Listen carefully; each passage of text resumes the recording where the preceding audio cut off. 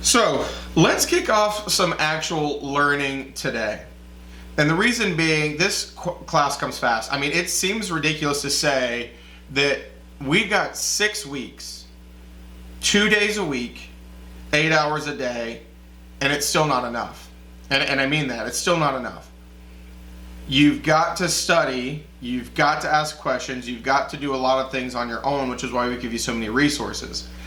Even still, it's going to feel like drinking from multiple fire hoses, which is why I want to get started today so we can lay some groundwork for your studying tonight, your class that will be into tomorrow. So I want to explain the logic behind how we're teaching this course. If you look at that syllabus, the first thing that we stated in the syllabus was basic real estate concepts. And that is normally how this course goes. We start with basic real estate concepts. I will tell you this, it depends on which instructor you get, but Travis and I have changed the order a little bit. And let me explain why. When you look on our modules, we are starting with Unit 3, which is for us agency. Please understand that Unit 3 does not correlate to the syllabus. Unit 3 correlates to, the text and how we itemize it with the text. So, if you're looking at the syllabus, agency is like section 10 or 11 or something like that. So you have to go off the names of the topics to understand how those things correlate. But in the standard syllabus for the Real Estate Commission, agency typically falls about in the middle. Like, really and truthfully, it is slap dab in the middle. And we've decided to move it. And we put it in as number 1. It's the first thing that we're going to teach you. Anybody have a guess as to why we might have done that? More important harder version. Say that one more time.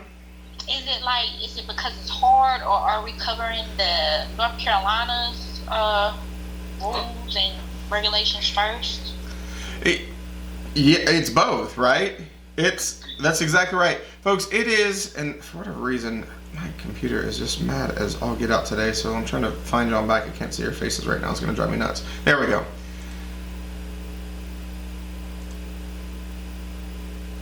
Let me move this back over here. I've got like 10 slide presentations. The reason we did it is because it is hands down one of the most challenging topics. If we wait till the middle of class to do it, you'll probably be fine, but we realize that if we start you on one of the most challenging topics, you get more exposure to it. Because it's not just halfway through the class that you start hearing about it and then getting exposed to it. It's at the beginning of class that you start hearing about it and getting exposed to it. The other thing is, we have to eliminate some of the things that you think you know. This class is unfortunately full of that. If you've bought a house before, you have this preconceived notion of what a real estate agent does, or how a real estate agent operates, or what certain things are called. But I will be the first person to tell you that there are a lot of what we would like to refer to as misnomers, meaning they're not actually called what you think they're called.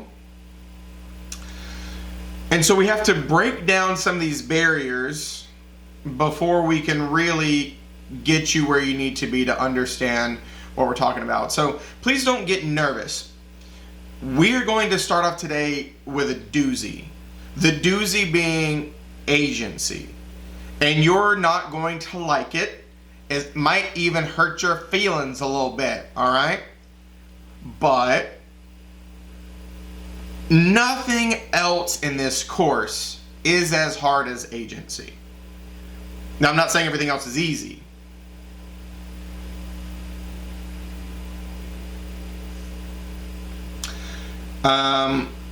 Eric, you said, is that Unit 8 in the book, agency contracts? When you say Unit 8, you mean when you say the book, you mean the syllabus, right?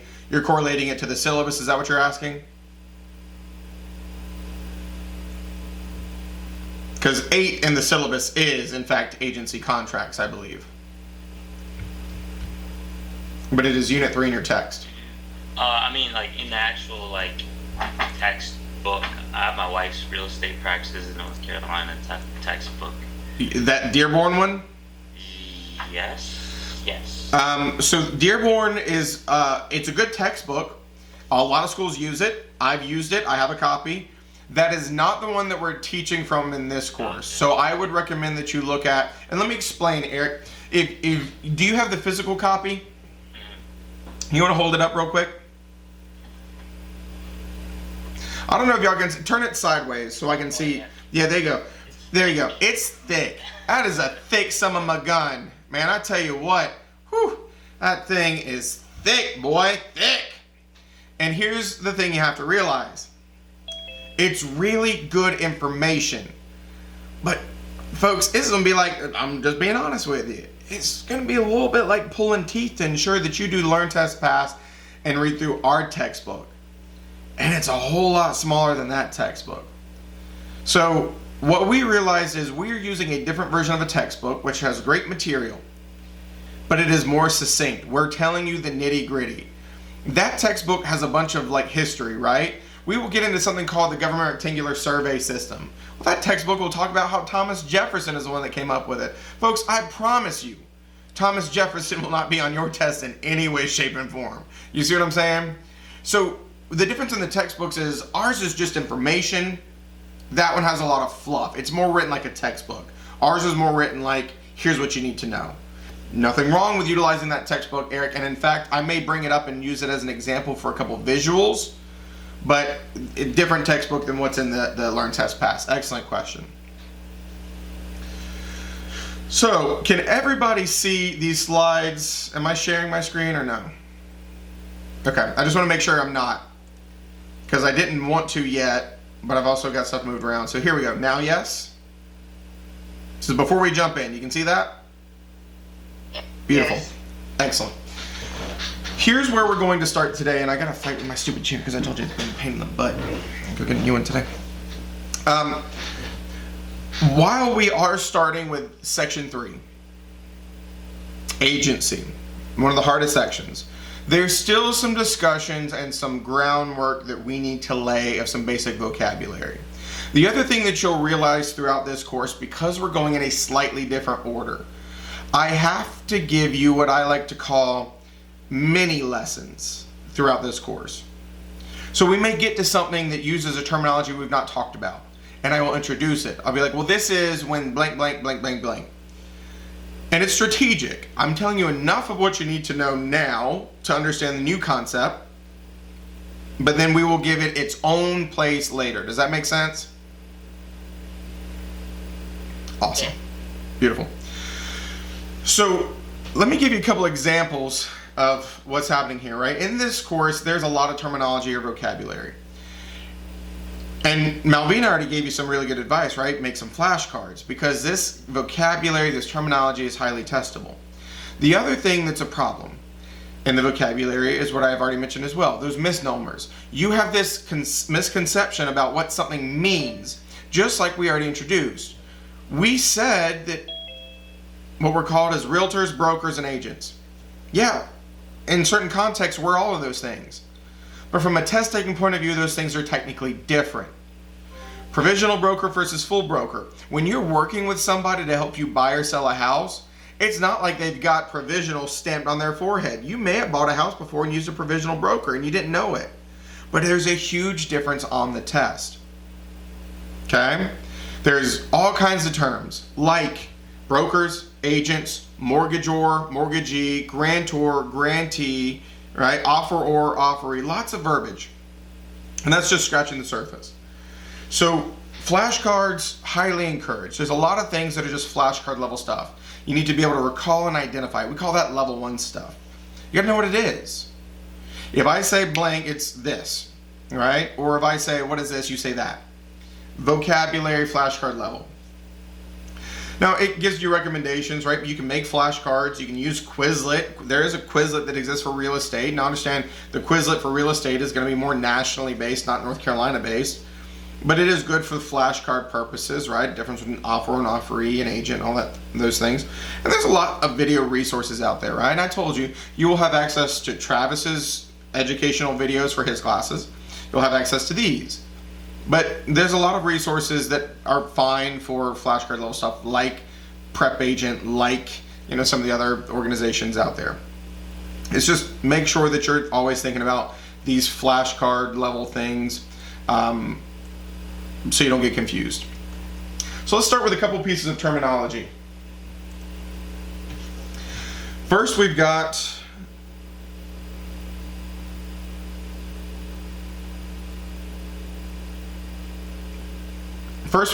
real estate / realty. You've all heard this terminology before, but I want to make sure that I just provide some information via the nuances. And this is normally section 1. So I'm not teaching you all of section 1, I'm just giving you some basic framework.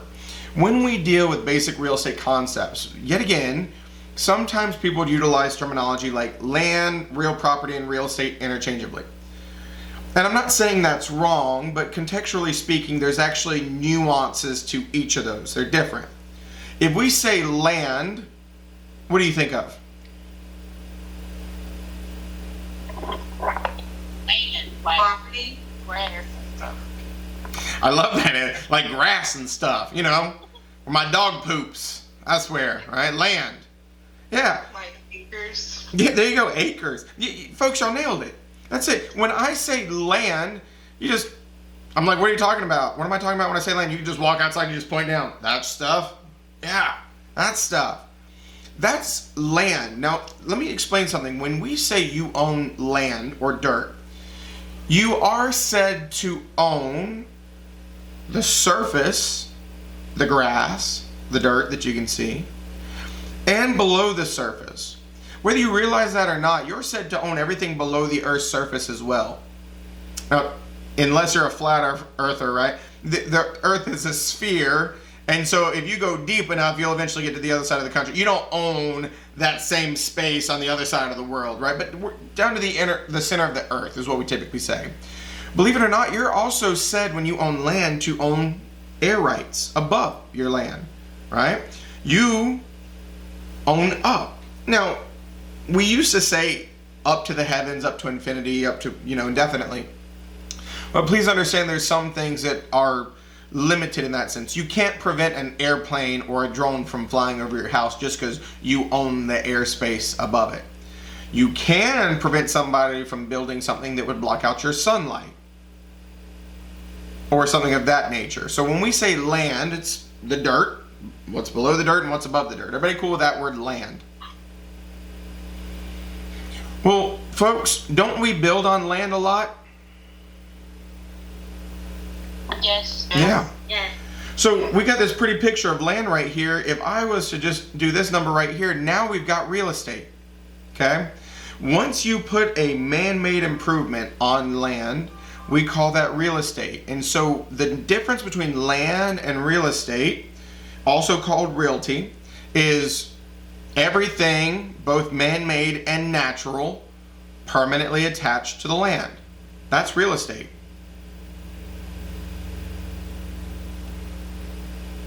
Trees, yours. House, yours. Bushes, yours. Grass, yours. Right? That's real estate.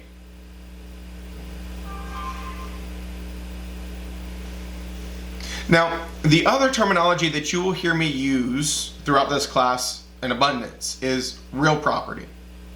And in fact, you'll hear me use that more than real estate. Even though you are in fact a real estate broker, we use the terminology real property more because when we say real property, it's all of these things under real estate. Plus, it includes what we call a bundle of legal rights or all appurtenances. Whether you realized it or not, when you own property, you have a set list of rights that come with the property. And some of them we've already mentioned, right? If you own the dirt and below it, well, if there's anything in the dirt of value, it's yours, right? We call those subsurface rights. But we also have an acronym, and please, I'm not going to repeat it 1,000 times because it'll come up later. I'm just laying the groundwork here.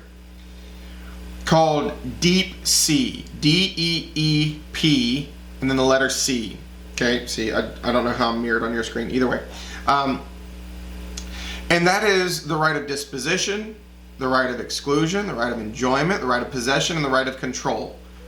I'm not repeating those because they have their own place. This is just foundational. Pun intended. Nah. When you own real property, you own the attachments, the land, below the land, above the land, and you have this bundle of legal rights. That is what real property means.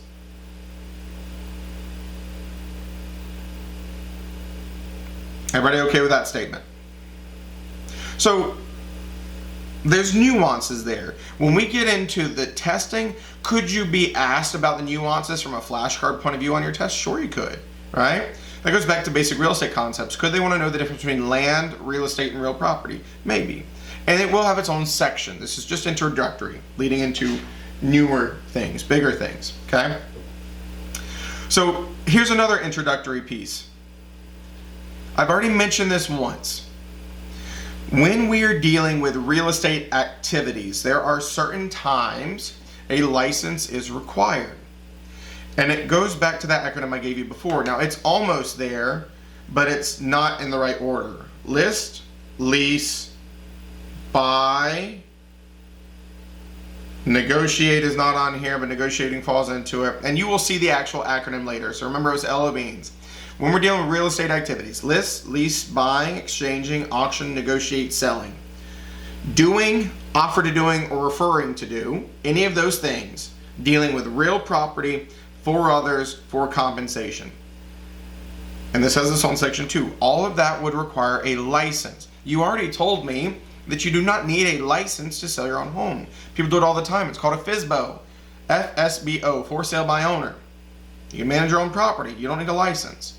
But the second you start doing any of these things or offering to or referring somebody to do any of these things that involve real property, and I just told you what real property was, doing it for somebody else and getting paid to do it, licenses are required. If you were to do any of that without a license, you did a legal brokerage activity. You're in trouble.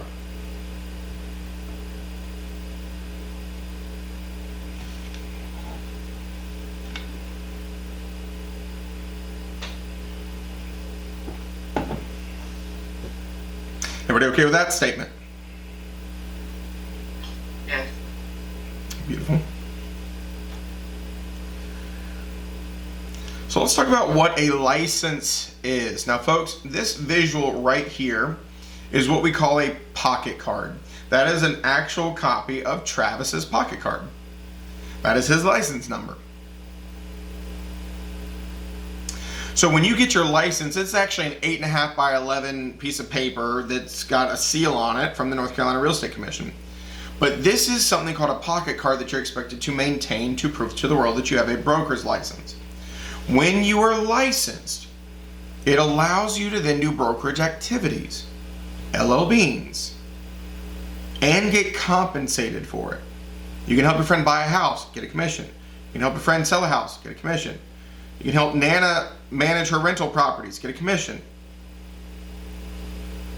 No problem. The second you're licensed, all those doors open up. You can do brokerage activity and you can get paid to do it. Now, I'm going to introduce a very important concept right now while we're talking about this. Could you help your Nana? Whew, your sweet, sweet Nana. She's just the sweetest little lady, right? You just love her to pieces, okay? Could you help Nana manage her beach house just because you love Nana and she's your bestie for the restie, right? And not need a license. She doesn't pay you nothing. You're just doing it because you love your sweet Nana. Is that okay? You can, because you're not getting paid, but she's not paid. Yeah, absolutely. You just helping them. Yeah. Not getting paid. So you help Nana out all you want. We all know why you're doing it, though. You're just trying to get in the wheel. Don't you lie to me, okay? You and Nana ain't never been close. You're just trying to get more in the wheel than me. I know how it is, okay? I'm watching you. Shady individual. You should be ashamed of yourself. Take advantage of Nana like that. I'm just kidding. Folks, let me ask you a question, though. What if in exchange for all your assistance, Nana says, you just the sweetest little child. I appreciate you helping Nana lease that beach house. tell you what, you won't go on get your friends and y'all can just stay in the beach house for 2 weeks as a reward for helping Nana out. You think that's okay? No, it's still compensation. Can we all agree that it would normally cost you money to stay at a beach house that you don't own for 2 weeks? Yes. Can we all agree that that inherently has value then? Yes. So did Nana compensate you for helping her out? Yes. Yes. A legal brokerage activity? Yes. Yes. You see how this works? These are the scenarios. This is the foundation that we're going to build off of. Because there's going to be a lot of questions on, do you need a license or not? Right? And then there's going to be a lot of questions on, well, you've got a license, but it's on this status. Can you do this? Yes or no? What's on a different status? Can you do this? Yes or no? We've got this relationship. Is this okay? Yes or no? Right? So we're just going to keep building on concepts and relationships to help you analyze and distinguish information in your test-taking ability. Does that make sense? Yes. Yeah. Love it. So a person who is doing any of those activities, right, needs a people license, just like Travis has.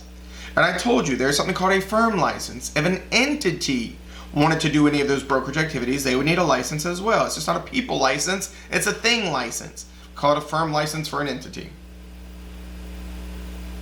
Everybody good with this info? Yes. Whew.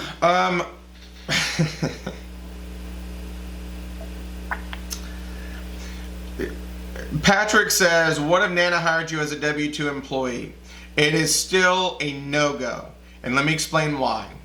There is an exemption for commercial entities to use their employed or salaried people. Nana is not an entity if she's just managing it for herself. Now, if Nana created an LLC called Nana's a Bad Real Estate Investor LLC, and she hired you, and that LLC also owned the beach house, then you're right. You would not need a license. That's an exemption that we're going to talk about on the road. Nana herself could not hire you because this is a corporate exemption, an entity exemption. But Nana could create an entity who also owned the property and hire you, and then you would just be an extension of the entity. Folks, let me just expand on that so we're on the same page. Let's not even go Nana's, awesome LLC. You ever heard of Microsoft? Sure. You think Microsoft can own real property? Sure. Yes. Yeah, absolutely. Of course they can. They probably got lots of it. Well, if I said, who is Microsoft? Do you have an answer for me? Corporation. Yeah. You can't pick a person, right? Well, it's like everybody at Microsoft, right? Can we all agree that if you're employed at Microsoft, you're part of Microsoft? So, if you think about it, if you as a person can manage your own rental property, if you as a person can sell your own home, both of which you don't need a license for, it's the same for an entity who we treat as a person. So Microsoft could own property, and Microsoft could, well, who is Microsoft going to utilize to sell it? Any employee, W-2 or salaried, on the books.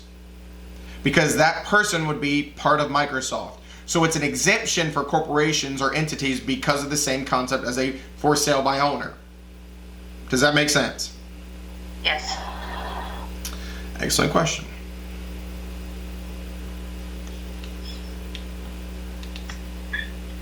Now this I'm not going to spend too much time on. We watched a video on this. This is just talking about the license and the process and the application and all that stuff. You go to the Real Estate Commission's website, ncrec.gov.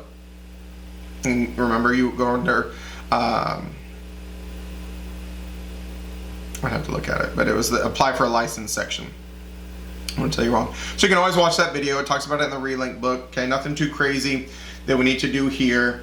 But this goes back to the information, right? Buy, sell, lease, auction, negotiate. These are all, let me explain something to you. When I tell you LL Beans, that LL Beans acronym that we teach you is actually pulled from the North Carolina Real Estate Commission License Law and Commission Rules, which is a highly testable piece of this class. It's just if you read the exact verbiage that they utilize, it's terrible. It is so convoluted and wonky that it would confuse the mess out of you. So the way that we teach it is a condensed, abbreviated, makes more sense version. But it does come directly from the License Law and Commission Rulebook. What you got, Leslie? Steph, when you say that it's going to be tested, LL Beans, are you saying like the acronym? Like we need to know what the acronym is, or we need to know? No, you will never see LL Beans on your test. It's to help you remember the activities, right? It's a mnemonic to help you remember. So that way when you're on a test, Leslie, and it says this person is offering to list your house, you go, LL list, lease. Listing is on that activity. He doesn't have a license. He's getting paid for it. And you would be able to tell me, nope, that's a problem. Okay. Yep, so it's a mnemonic to help you remember the activities that would require a license when it's real property for others for compensation. Okay. Yep, you got it. Excellent question. So, we've already talked about this briefly too. Who needs a license? If you're working for yourself, no license needed. Working for others without compensation, no license needed. But working for others and charging a fee, absolutely would need a license for that. If you did not have one, that would be illegal brokerage activity. You do not have the authority to do brokerage, but you did. You're in trouble.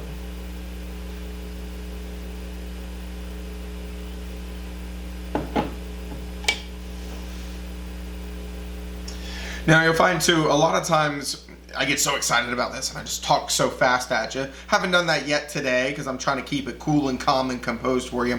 But if you ever find that I'm going too fast, tell me, I'll slow down. And then if you ever find that I go past the slides too fast, tell me and I'll go back. It's that simple. Sometimes I'll stare at you awkwardly and give you a minute because some of you are note takers. Remember, you do have access to every single one of these slides in Learn, Test, Pass. But for those of you who want to take notes and want me to leave them up for a second, just tell me. I'll work with you here.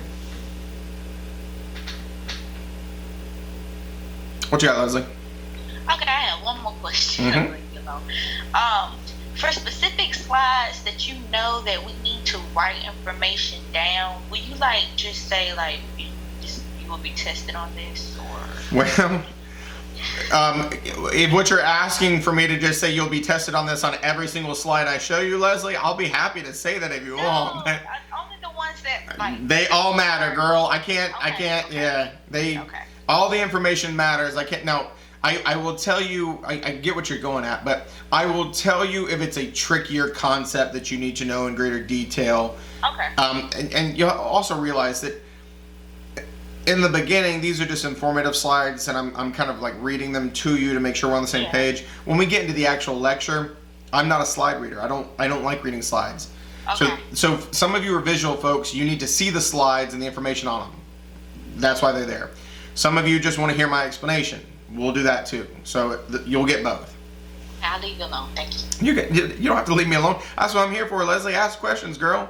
That's okay. So I already told you this too. In a real estate brokerage firm in North Carolina, right, that is an entity doing brokerage activity, right? And that would need a firm license. Big difference between a people and an entity, right? People needs a broker's license. An entity needs a firm license.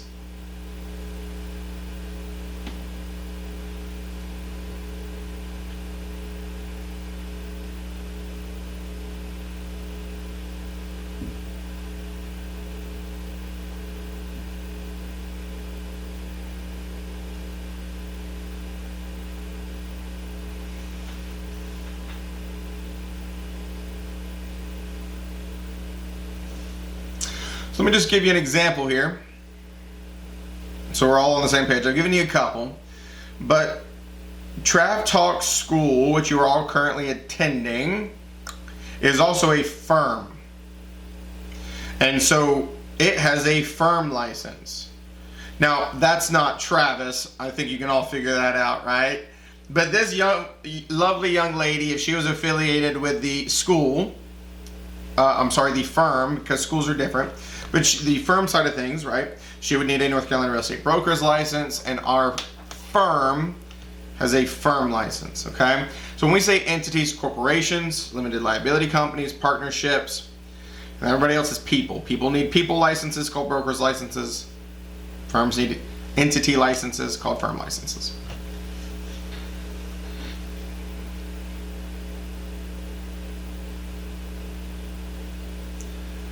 Now, I will tell you that this firm versus individual discussion will come up a lot. Not so much in this simple differentiation, but in scenarios. The relationships, the way that they work between the firms and what we call individual brokers. We also call this person, this lovely young lady here, a licensee, because you got a license. So we call you a broker, we can call you a licensee. So if you hear that word, right, that just means the broker, the individual broker, the licensee. So we're going to talk a lot about the different relationships and the dynamics, because there is always a relationship between the firm and the licensee or broker when they're working together.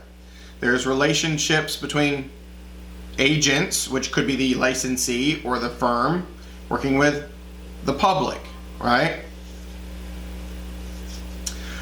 So the big differentiation for now, firm is company, broker is person.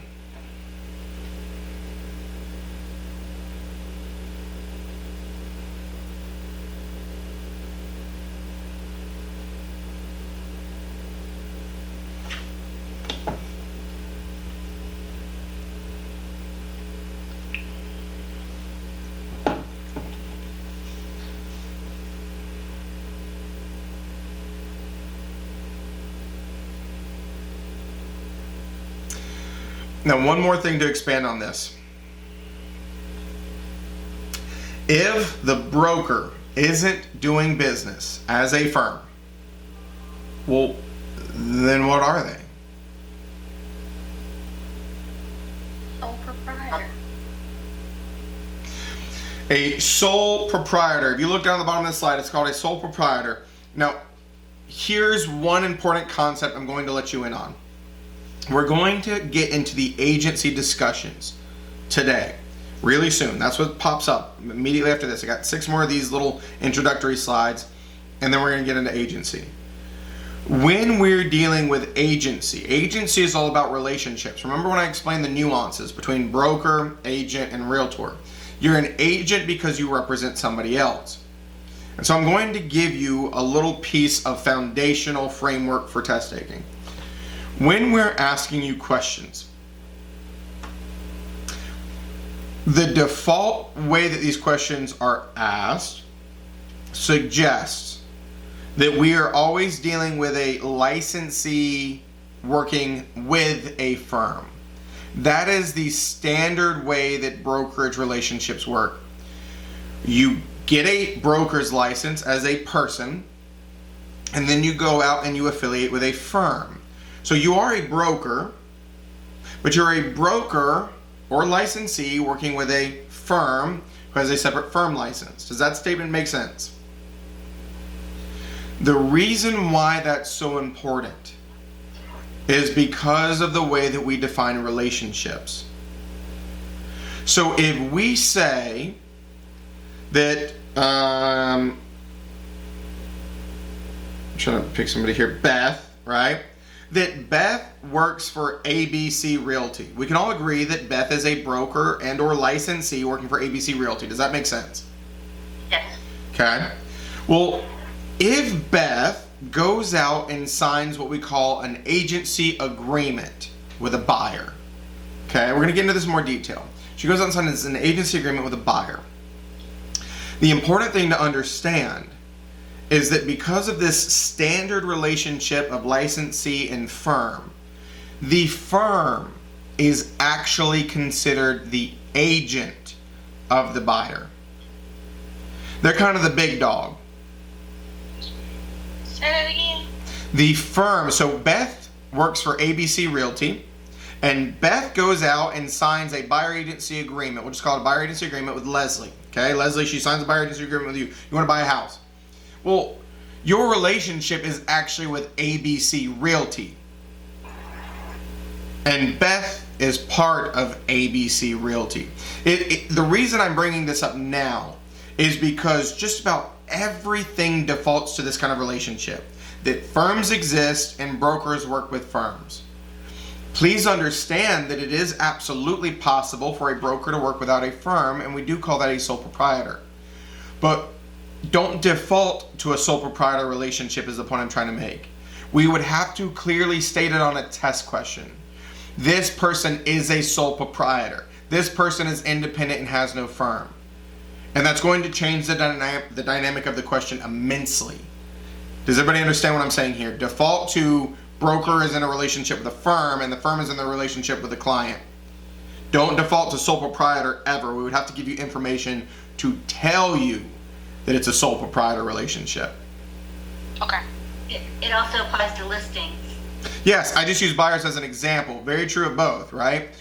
I don't want to go down too many rabbit holes. This is just very good foundational stuff. But yes, absolutely. Listings, buyers, all agency relationships, right, defaults to typically firm.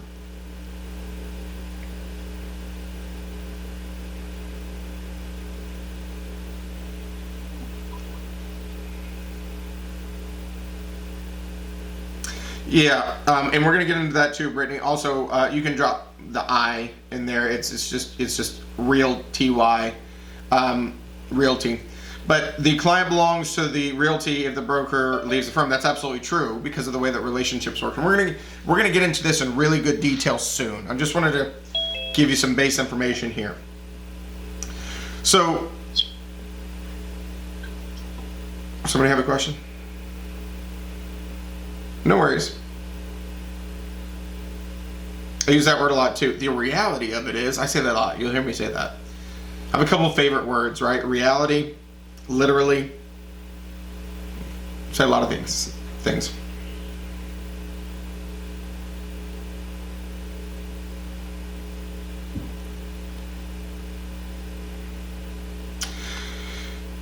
Now,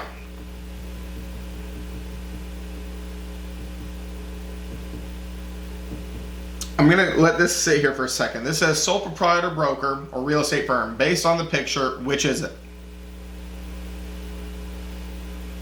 Don't know. Well, I'm gonna say it's a sole proprietor Yeah, I'm gonna say so. because it's one person. I'm gonna say not enough information.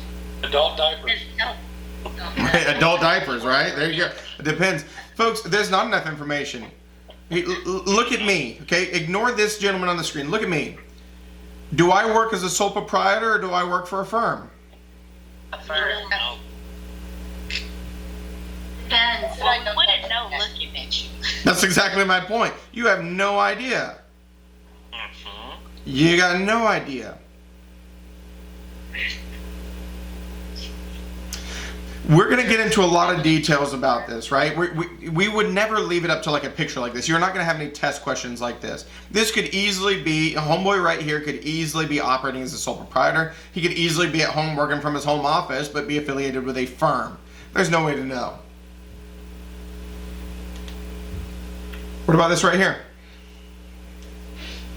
That's a firm. They don't know. You don't know. Don't know. And not know.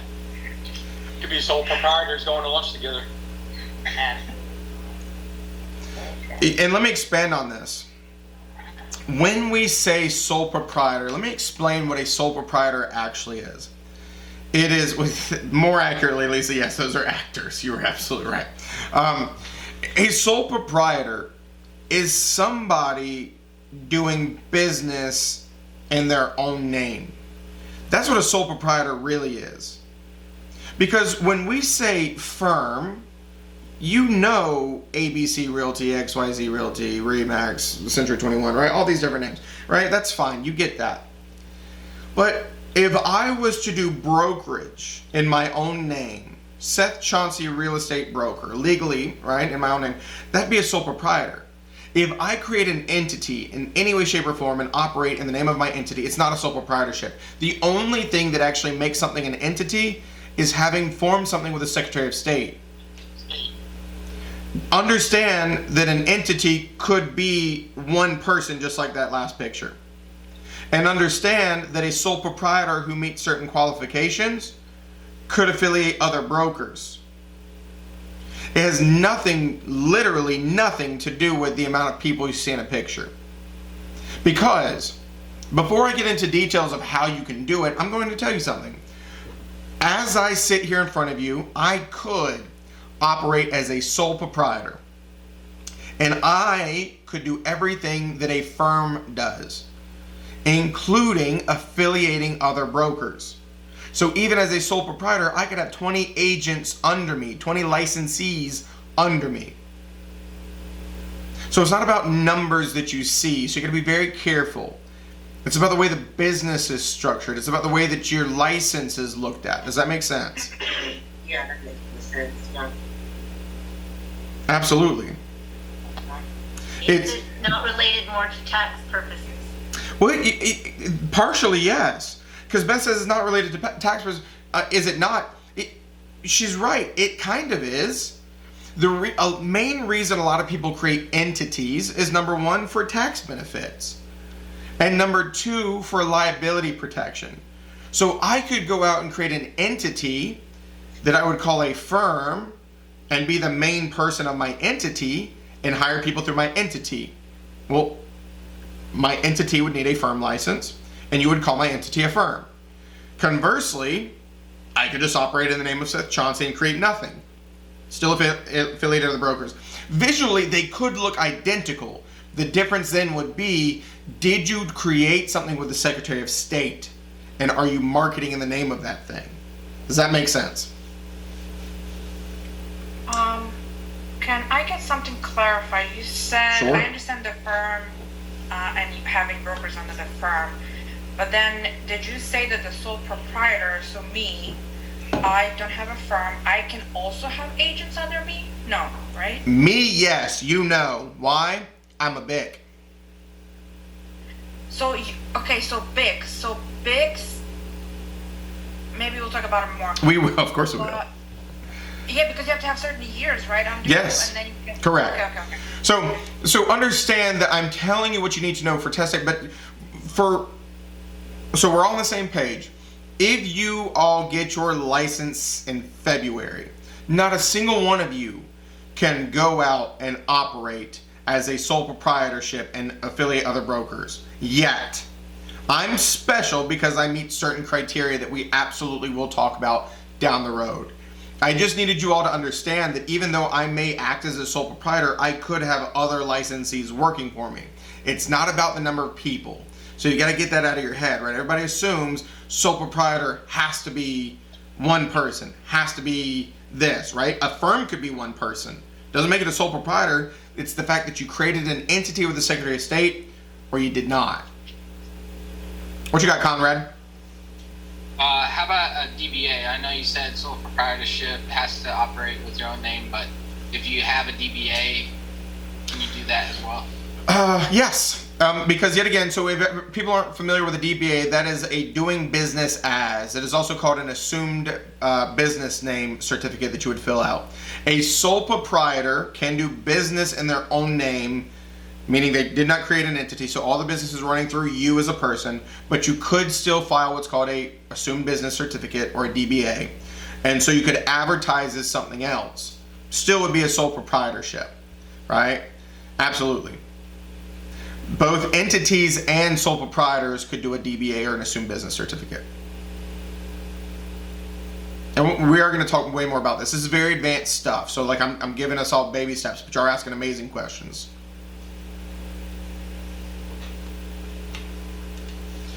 So when we're dealing with the people we are helping, I'm going to give you hands down one of the most important topics that you have to understand. Okay? Let me ask you a question. Okay, you ready for this? Let me ask you a question. I could use either, but I'm gonna go this route. Any of you ladies have somebody that you go to on a regular basis to get your hair did? And you ladies, you got somebody you go to? Of course. Yes. Yeah, Yes. yeah, of course, right. I have a barber. Well, you know what? It's okay. Wherever you want to go. It's a hairstylist. Yeah, hairstylist. Tasha Gibbs. What's your lady's name, right? Who do you go to? Her name is Brittany. Her name is Brittany, and she does a good job. Yes, you love going. Yes, she does. She does. Okay, Brittany's the bee's knees. We love Brittany. Okay, Brittany getting her Tasha's hair done right. So folks, picture this. Tasha, would it be safe to say that if you went to go see Brittany and she said something like this, "Oh, Tasha, girl, it's so good to see you. You are my favorite customer." Is it okay for her to say that to you? Of course. Of course it is. Let me change something slightly. Tasha, what if you went in there and she said this, "Oh, Tasha, girl, it's so good to see you. You're my favorite client." Is that okay? Yes. Yes. Did that have any difference in weight for you? No. No. Everybody hear what I just did there? I changed one word. Brittany could either call Tasha a client or a customer, and it mattered not to Tasha. Everybody understand that? Yes. Look me deep in the eyes right now. Okay, right here. Let's get awkward for a second. Okay, this is very important. If you're playing Candy Crush, stop it and pay attention to me right now. Okay? In the real estate world, customer and client are two vastly different things. It is apples to oranges. So when you work with somebody as a real estate broker, as a real estate licensee, and you are representing them, we call that person your client or your principal. Those words mean the same thing. Client or principal. And everybody else in the world that you do not represent is a customer. Customer is not a good thing in real estate. A customer, I'm going to go ahead and give you a little taste of this. A customer is somebody we will take to the cleaners. Don't mean literally. I mean we will not look after them. We will use and abuse them. Now, it's not as bad as it sounds, and I'll explain that more, but go ahead and think that way. Yeah, a client and principal is somebody you have an agency agreement with and somebody that you're going to look after. Remember when I use that word agent? You are the agent of a client or principal. You can never be an agent of a customer. A customer is somebody you don't have a relationship with. What you got, Lisa? So I was just thinking, so if we are the seller's agent and then we are not representing the buyer, so they're our customers, so they're the ones that we take to the cleaner, right? If you are a seller's agent and you're not representing the buyer would be a customer, they're the ones you're taking to the cleaner. Absolutely. Okay. And then the person you're representing would be the client or the principal. Correct. Okay. Now, let me build off that question, Lisa, because we're going to get into this in great detail today. But let me understand. Let me help you understand. Okay? Can we all agree that if Lisa was selling a house and she hired me, and I was what we would call Lisa's agent, her seller's agent, right? That I am her agent and she is my client. Everybody cool with that statement? Okay. Well, so Conrad is the buyer in the scenario that Lisa just stated, and I picked Conrad because he's right beside me. Okay. Can we all agree that if I'm Lisa's agent, Conrad is a customer as the buyer? Sure. Yes. But let me add one more thing to the mix. Let's say that Lynette is also a broker, a licensee, an agent, and Conrad hires Lynette. Can we all agree that Conrad is Lynette's client or principal? Yes. But Conrad would still be what to me? Customer. This is so important to understand. Customer could mean they have no representation, they're going solo. But customer could also mean they're represented by somebody, it's just not me. It could be either. That make sense? Yes. These words are critically important because, as you can imagine, if we ask you a question in test taking, right? And we say, Melissa is working with a customer. I think you already have one of the biggest epiphanies that you can have in this class in the first couple minutes of teaching. What does that mean? If Melissa is working with a customer, what does that mean? Not getting paid outside of the client. She hasn't been hired. She hasn't been hired, right? That's not her person. Melissa's like, I'm not getting paid. That not necessarily, Melissa, right? Look, folks, I love that you said that, Melissa, because here's the thing. There's going to be so many scenarios where you're going to want to ask the question, well, how do I get paid? And understand that that will never be part of the answer to the question. We don't care how you get paid. Don't worry, Melissa, there's our ways for you to get paid. But we're never going to come down to, we will ask questions on who could pay somebody. We will ask questions on if you can legally be paid. But sometimes we'll just give you scenarios on representation and it will have nothing to do with getting paid. So when I say anything in a question, if you read any questions and it says that somebody is assisting a customer, that means that they don't owe them jack crap. But if I say that somebody's working with their client, what does that tell you that the relationship is? You've been hired. They're hired. Hired. Representing them. And that's what we're going to break down today. We're going to talk about the exact verbiage we use because I'm going to a little bit of an extreme here, right? I'm using kind of like a hyperbolic mentality to get you there. We do have to do certain things for customers, and we have to do a crap ton of things for clients. But they're so different. Everybody with me? Yes. So I'm going to leave this concept at that for a moment, and we're going to expand on this in just a second. Let me introduce another piece of verbiage that is oh so important. Let me introduce these ending pieces to words. Ors and e's. Folks, you've heard the term seller and buyer. We know exactly who is selling and who is buying, right? If we say seller, it is somebody endeavoring to sell real estate. If we say buyer, it is somebody endeavoring to buy real estate. You okay with that? Sure. Yep. But there are times when we could use another terminology, and depending on the scenario, it could mean buyer or seller. Let me give you an example. Offeror and offeree. If you've never heard these terminologies before, you're going to hear them a lot in this class, okay? When you're dealing with ors and e's, though, there's something very important for you to understand.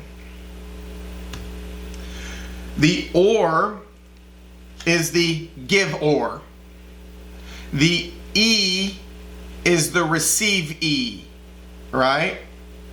So if I say offer-or, you gave somebody an offer, right? That's the person who gave somebody an offer, the person whose offer it is. Does that make sense? If I say offeree, that's the person who received the offer. So let me give you an example of why it's so important to understand these ors and e's. Who is typically the offeror in a real estate transaction?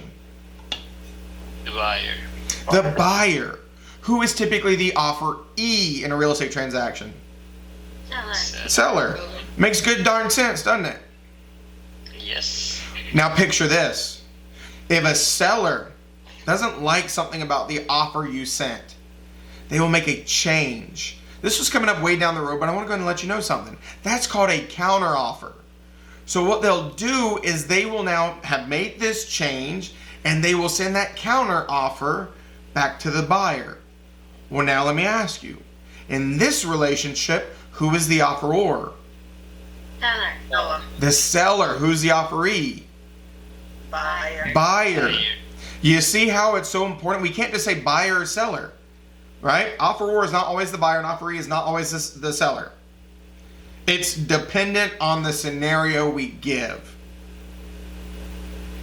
So or is always the giver, e is the receivee.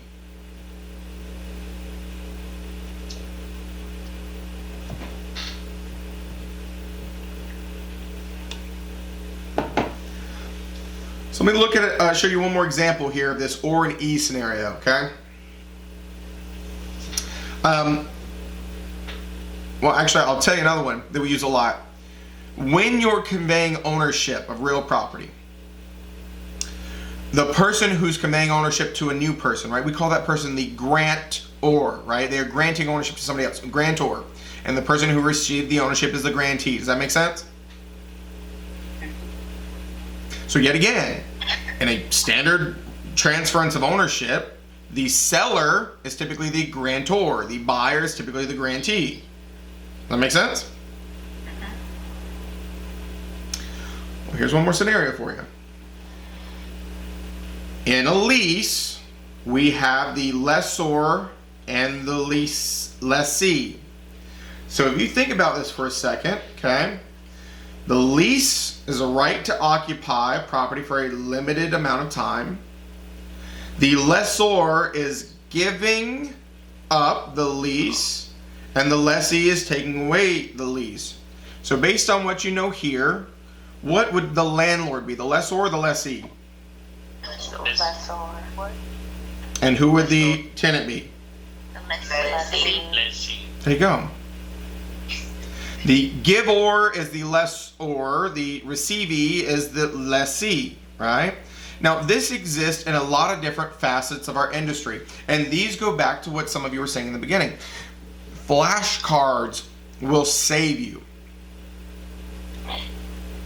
because you've got a preconceived notion about some of these, and you've got to break it. I'm going to leave this slide up for 2 more seconds. I'll give you 15 more seconds, and I'm going to show you a short list that I love.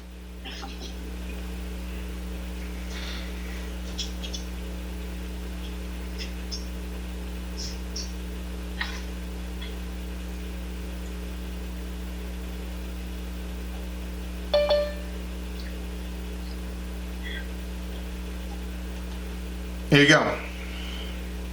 Some of the ones we just talked about. Grantor, grantee, right? Always the giving is the or, and the E is the receivee. But let me go ahead and show you about these misconceptions and these misnomers. Anybody here own your house? Meaning you bought it, right? You're not renting. What do you pay each month? Mortgage. A mortgage. Let me give you another epiphany, folks. You don't actually pay a mortgage. You pay a home loan payment. When we get into a section down the road, mortgage is a security instrument used in what we call lien theory states. North Carolina is a title theory state. We don't even use mortgages in North Carolina. That is a misnomer that you're going to have to break yourself of. So here's what happens in lien theory states. You buy a house, but then you give the bank who let you borrow money a mortgage, which is a promise that your house is collateral for the debt. So look at this. When we say mortgagor, the borrower of money is the mortgagor, and the bank is the mortgagee. This is how you can get eaten alive on this test, because you probably wanted to think it was the other way. Oh, the bank gave me a mortgage. No, they didn't. They gave you a money. You gave them a mortgage which promised they could take your house if you didn't pay back the money. So the borrower is the mortgagor, and the bank is the mortgagee. The rest of these aren't nearly as tricky, but that one is one that students always get caught up on. Folks, I've taught this a time or 1,000. I know what you're going to screw up on. I've seen it. Right? With a T on the end. I've seen it. Alright? Now, we're going to get into some of these other ones, right? Optionor and optionee. Somebody who gives you the option is the optionor. Somebody who gets the option is the optionee. Trustor, trustee, right? Legal. We're going to talk about these. I just want you to know that this is available in your slides as well. And please go back to this. This will really help as we start introducing all these different terminologies. We hit on almost all of them. I just don't want to get into too much detail. I just wanted to warn you about a couple of things because we're still laying that groundwork, right? That framework. What you got, Lynette? You're first. So, an easier way, I guess, to remember the mortgage situation is because you said the bank already gave us the money.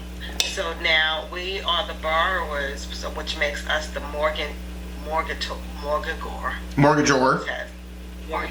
And so that means we're giving the money. And so that makes the bank the mortgagee, which means they're receiving the money. Yeah, you can absolutely think about that. They're getting paid back, right? Now, and I like the if you think about it, you know, from like a phonetical sense too, borrower, mortgagor, right?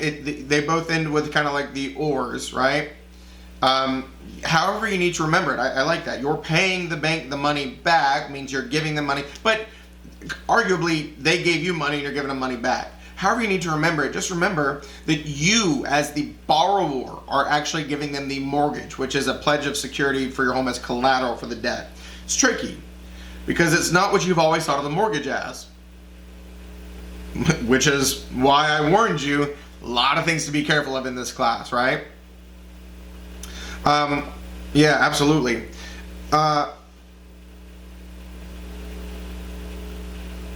Shante?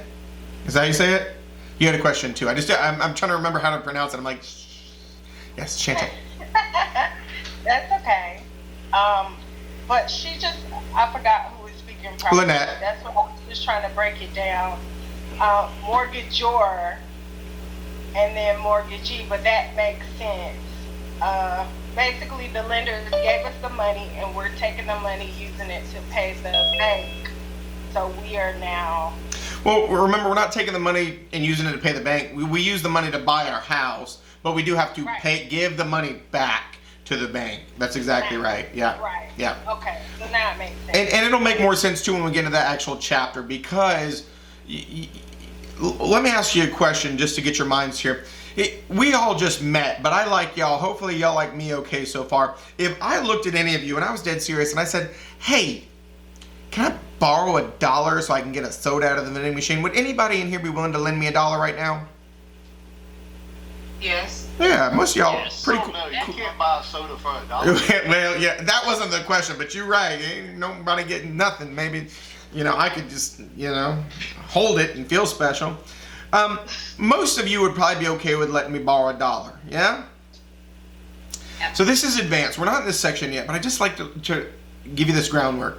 If I asked any of you to let me borrow $300,000, what are you going to tell me? No. No, sir. Hell no. All right, we're cool. We're not that cool, right? Yeah, we're not yet. But what if I said something like this?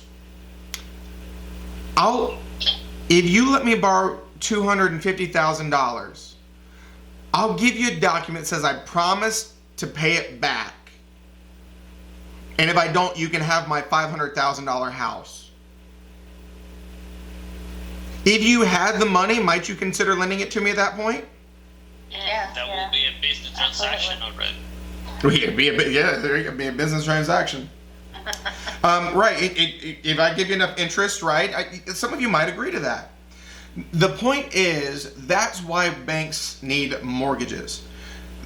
They meet you for the first time. They don't really like you enough to give you that much money. The only reason they let you buy houses with their money is because you give them a mortgage or a deed of trust in North Carolina, which we're going to talk about later, which promises that they can take your home if you don't pay. They can force the sale of it, right? Foreclose upon it.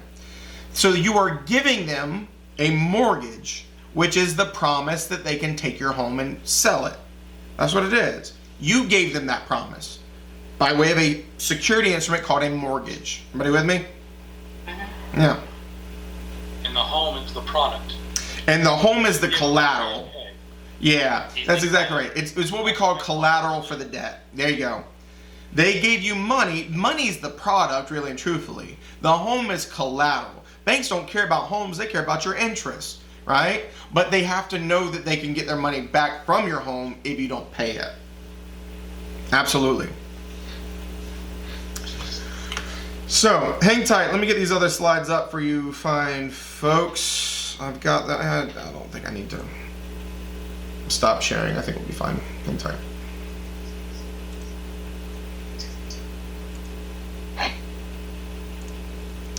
So let's kick off, and don't worry, as promised, you'll get another break here in just a minute, 2:15. I'm gonna let you have another one.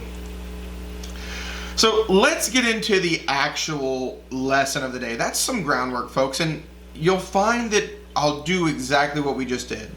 Give you some really strong, emphasized mini lessons. because there's value to them. And now, I'll tell you this, one thing that I know about Travis and my styles, our teaching styles are very similar. But if you watch his videos, he teases you a little bit more, right? He'll tell you what he wants you to know, and then he'll tell you what he wants you to know, and then he'll tell you what he wants you to know, and then he'll get to a point, and then he'll give you the revelation. That's amazing. And he'll yell at you. You talking about being teased, Keith? I'm confused. Did I miss something? Sorry. Oh, you weren't talking to me. Look, Keith, I just felt really confused. I was blushing a little bit. I'm like, you're welcome. Yeah, it's okay. We're all on the same page. Yeah, which is fine. His style, I love that for him. And he is the greatest of all time, right? We can call him the GOAT. I love Travis. He's an amazing instructor, right? And I'm pretty good, but Travis is amazing. But don't you worry, you get the best of both worlds. Here's what I like to do. I like to gently give you the full truth from the word go. That way I never have to amend a statement. Because if I give you a partial truth, later I'll have to give you the full truth and you're like, well, I didn't tell me that back then. I'd rather you know it now. But if it gets to the point where it's too confusing, I may pull back a little bit. Which is why I've said the couple of things that I've said thus far. Because I've given you enough to know the full truth, it'll just be some expanded knowledge. So what the point is as we go through these slides, I may say something that's 8 slides from now. But I feel like it's appropriate to talk to it now, and then you'll just revisit it in 8 slides. Does that make sense for everybody? So let's get into this tricky concept of agency, okay? So here's what we're going to talk about in this section. What is agency? And then obviously we're going to talk about agency duties. A hugely important and a highly testable piece is what we call disclosure requirements. Folks, before you came into this classroom today, did you know all the nuances that I've already told you in the first couple hours of us discussing things together? Did you know about the different tiers of brokers? Did you know about some of these misnomers? Did you know about a lot of this stuff? No. No. Never heard it. Right. And that's to be expected because this is not something that we're just out there blathering around. But the thing that the point I'm trying to make is, if you are a consumer out in the public, there are certain things that we are required to tell you. So a consumer understands how certain things work. Now, I will give you one more disclaimer, because when we get into some of these agency things, some of you who have bought a house, here's your first instinct. You're going to be like, well, my agent never did that. Well, maybe they did, maybe they didn't. Maybe you just don't remember. The point is, shoulda, woulda, coulda, right? Please don't focus on what happened in your personal life unless it helps you remember how I'm teaching it. Because things that happened to you may have been done right or wrong. You can remember that of how to be a better broker in the future, but just listen to me and my words on how to pass this test. Everybody with me? Yes. So then the last piece of this is agency relationships in North Carolina, because agency is in every state. But I will tell you, it's exceptionally different in North Carolina compared to a lot of states. So we're going to talk about some basic agency groundwork, and then we're going to get into some specifics in the relationships in North Carolina. So let's start with the first few things. What is agency? I've already said it to you. What is agency? Doesn't have to be a formal definition. What would you say based on what I've told you so far? Relationship. It is. It is a relationship. I love that word. It is a relationship. Well, A fiduciary relationship. even better. Love that word too, because we will use that verbatim. Folks, when we're looking at this and talking about this relationship, agency is quite literally, agency is the legal representation of one party by another party. Agency can be the ability to speak for a client and or the ability to decide things for clients. It can be. It is not automatically. Now, when we get into agency, we're going to talk about different tiers. Not every agent can do the same thing. Can we all agree that if you're hired to help somebody buy a house, You can't go and get them a movie deal. That's not what you were hired to do. Everybody agree with that? Agree. Agreed. They would still appreciate it though. What maybe, right? It depends on how good their acting skills are, right? It's like when you apply for a job you're not qualified for, get there on the first day of the set, and you're actually like Ricky Bobby and Talladega Nights. You're like, what do I do with my hands, right? I'm just. It's a Christmas movie. I'm Jewish. I don't even know. What is it? Right? Like, can you imagine? It's just not going to go very far in that movie deal, right, Melissa? It's going to be a very short-lived career. Yeah. So, an agency relationship exists when two parties agree that one, meaning the one person being the agent, will act in the best interest of the other, the principal or the client. Well, folks, there's a lot of agency relationships. We've talked about some. Let me give you a less pleasant version of an agent.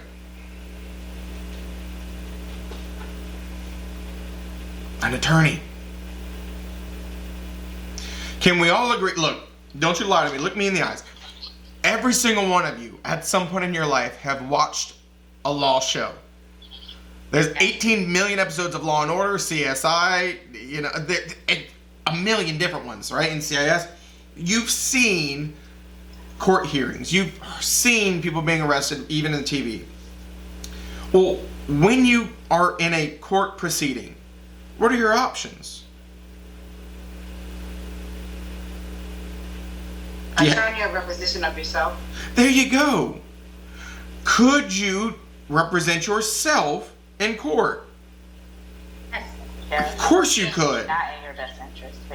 There you go. It's not really a good idea, but legally speaking, you could. So what do? We hire a professional to look out for our best interest. An attorney. An attorney is an agent. They're making decisions for you. They're advising you. They're trying to keep you out of jail and or get your charges dropped. Hopefully. When you appoint an agent, like an attorney, you are their client. Think back to the other thing that attorneys have, right? Agent, client, or attorney, client, confidentiality. So you're going to sit in a room with them and be like, no, dog, I murdered the hell out of that person, right? I did it. It was me. And they're like, shit.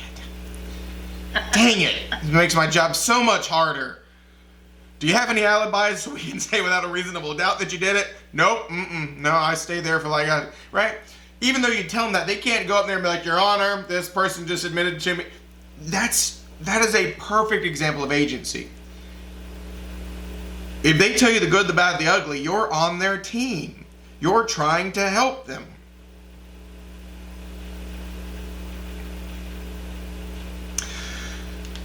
Could you also say that a coach and a student, or a coach and an athlete, right? That agency relationship. Now, this is an important thing to point out. An agency relationship exists anytime a professional has been hired to look out for the best interests of a non-professional. At least maybe not to the same extent that you're a professional. So I don't guess I understand the reason why a coach would be a agent, because they are actually like just pushing people in the right directions. They're not like representing them. They have agents like sports agents that do that. The sports agents would be a better example, but what I'm more talking about is the relationship. Aren't you looking out for the best interest of your athletes? Please understand that there's a lot of here's the thing. The reason why this is important, and I'm sorry, how do you say your name? CJ. CJ. Will you put it in like your little box for me so I don't accidentally call you Newfer? How do you say that? You can call me Newfer. You said it right. Newfer, okay. Okay, if you're fine with that. I just, because we haven't introduced everybody yet, I don't want to like use the wrong name, CJ or Newfer. But here's the point that we're trying to make. Because you actually jumped the gun. Here it is. When we're dealing with this, and somebody's responsible for looking out for the best interests of somebody else, do you think that there are times that they do not actually look out for their best interest? Do you think there are times that they do not give them the best advice? Yeah, absolutely, right? Professional will not always give the best advice and make the best decisions. We expect that they're going to look out for our best interest, but is there times where people mess up? Folks, think back to the Johnny Depp Amber Heard case, because we like that attorney version. My Lord, Amber Heard's attorneys sucked. They were terrible. She didn't stand a chance, right? Johnny's team over there, just A+, right? They're just tip top. And the other team, it's just terrible, right? But they were hired to look out for Amber's best interest. They just failed miserably. Now, there's a lot of different relationships that exist, and even though we may not call somebody an agent, they may still be appointed with looking out for our best interests, at least from a certain point of view. The attorney is the best way to go with it. You know, agents, celebrities, sports agents, all of these people are hired to do something specific. We're agents, and we're hired to do something specific. To assist them in buying real property, assist them in selling real property, assist them in managing property. So is it a perfect formula? Just because we're an agent, we automatically always give the best advice? No. But we should always strive to give the best advice and look out for their best interest. 225. Get way back, get your cameras back on, and you are in the home stretch for day number 1. Whoop, whoop. Yes.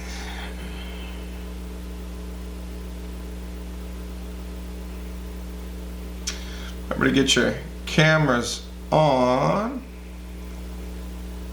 so we know that you are alive and well. Folks, I will just point out one little thing.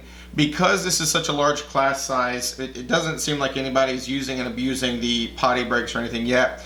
But because it is such a large class size, it seems like there's a lot of different people rotating through the chat for the BRBs. If you want to, please feel free to just send the Be Right Back message. It can go directly to Becky. Right? You don't have to put that in the group chat. She's the one moderating and checking all that stuff. I'm not checking the time since I have a moderator, so you don't need to put it in the public chat. And I'm sorry I didn't clarify that. That way, you know, if we try to go back to comments and questions, they're not just flooded with a lot of BRB messages. And, you know, that way too, if you can be a little more personal with her. If you want to say taking a tinkle, right? You can tell Becky that. She's going to be fine. You can tell her. You can tell her. Letting out the dog, right? But you can send it as a private message to Becky. That's no problem. Just because. If you go down in the chat box, it defaults to everyone. If you click the box that says everyone, there's a little down arrow. You can pick just Becky, moderator. She's the co-host, and you can send the message. And the only thing I would warn you of, switch it back to everyone after you send that message. Otherwise, if you go to like answer a question, it'll go straight to her, not me, and everyone else. So, yeah, there you go. Pretty straightforward. So folks, let's keep going with this concept of agency, okay? There are a lot of different agents that exist out there, but no matter which agent we're talking about, the concept's the same. You are working on behalf of somebody else. You are looking out for the best interest of somebody else. So I told you we have a couple different names, and so when we say an agent, we're more appropriately referred to as a licensee. Yeah, we're agents because we work with other people, but if we're not working with somebody currently, right, you're just a licensee or a broker. The only thing that we've got to be careful about when we go outside of the word licensee is on test, broker is not universal. Whereas you may be working with a real estate broker to buy a house, I told you from test taking purposes that could be a provisional broker, it could be a full broker, it could be a BIC. So the best terminology that we can use when we're not talking about your relationship, just you as a licensee. All right, you got a license, ergo you're a licensee. So somebody who has a real estate license and good standing as a licensee. And I told you this already, a lot of states, so on the nationals, a lot of states will use the terminology of salespersons. Salesperson for most states is equivalent to a provisional broker in North Carolina. Okay, they are supervised by what we call a broker. In our state, a broker can't supervise anybody, only a broker in charge can. So in other states, they may be called a broker, supervisory broker, managing broker. They may not have what's called a broker in charge. And we'll get into these nuances as we go along and test taking strategies for if you're on the North Carolina test versus the national. On the North Carolina test, we use the term provisional broker, full broker, non-provisional broker, and then broker in charge. Other states use different ones. So a real estate agent is the licensed professional that a member of the public turns to when they want to their best interest represented in a real estate transaction. Folks, it's just like the attorney scenario. Can you represent yourself? Yeah. Is it always a good idea? No. So you are a real estate professional when you get your license. And somebody wants to form a relationship with you and say, you know more about this. Help me represent my best interest. That's what makes us agents in this industry. Somebody hires us to help represent their best interest.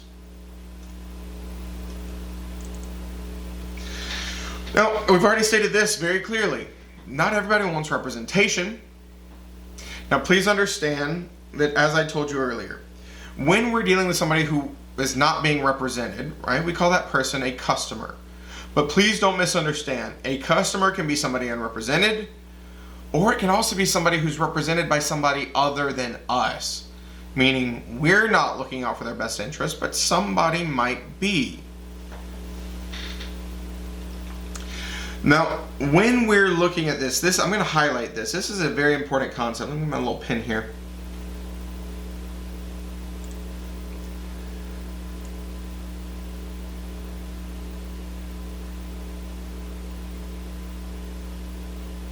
This is an exceptionally important concept. Let me talk about this for a second.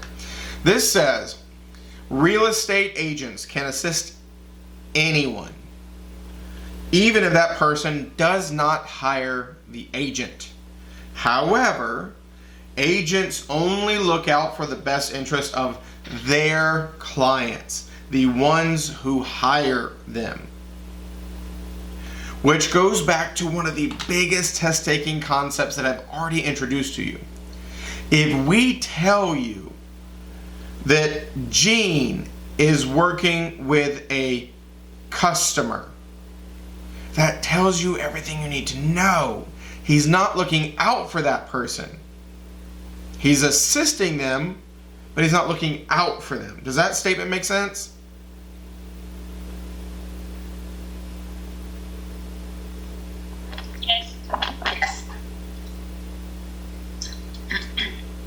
So Lisa says, what if the agent is the buyer's and seller's agent at the same time? That is something we're going to get into probably tomorrow. That's what we call dual agency. But dual agency is so much more than that too, and it's so confusing and highly testable. Let me give you one little tidbit based off that, and then I'm going to have to table it and say, hold on to that thought. In some states, there are times when a licensee may not be looking out for the best interest of anyone. Meaning, they're a broker, they're a licensee, but they're nobody's agent.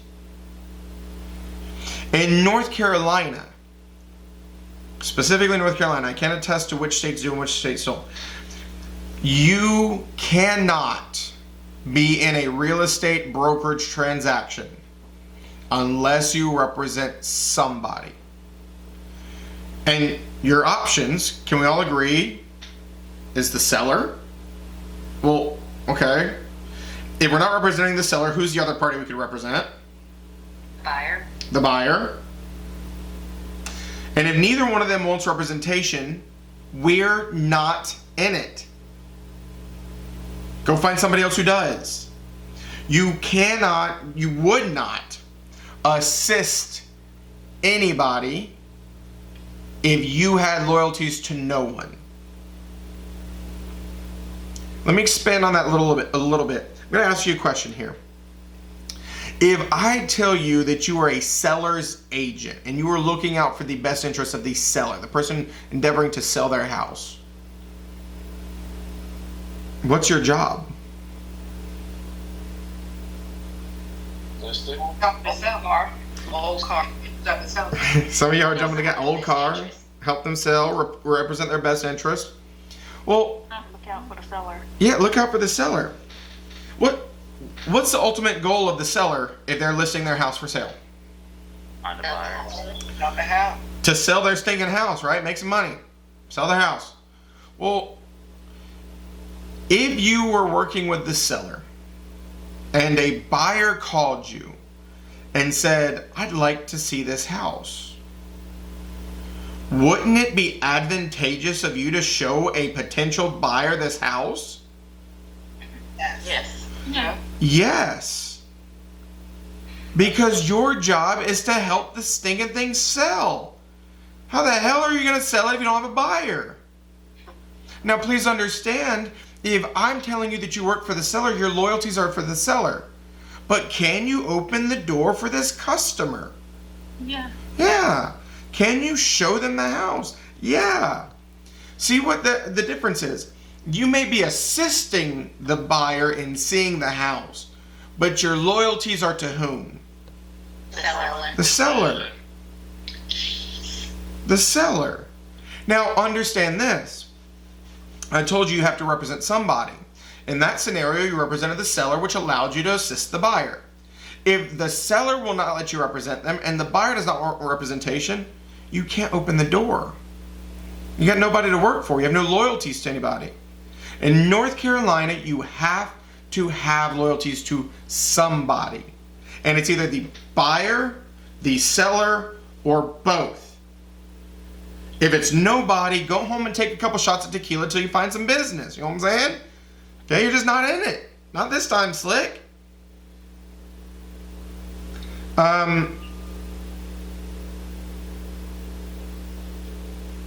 What you got, Beth?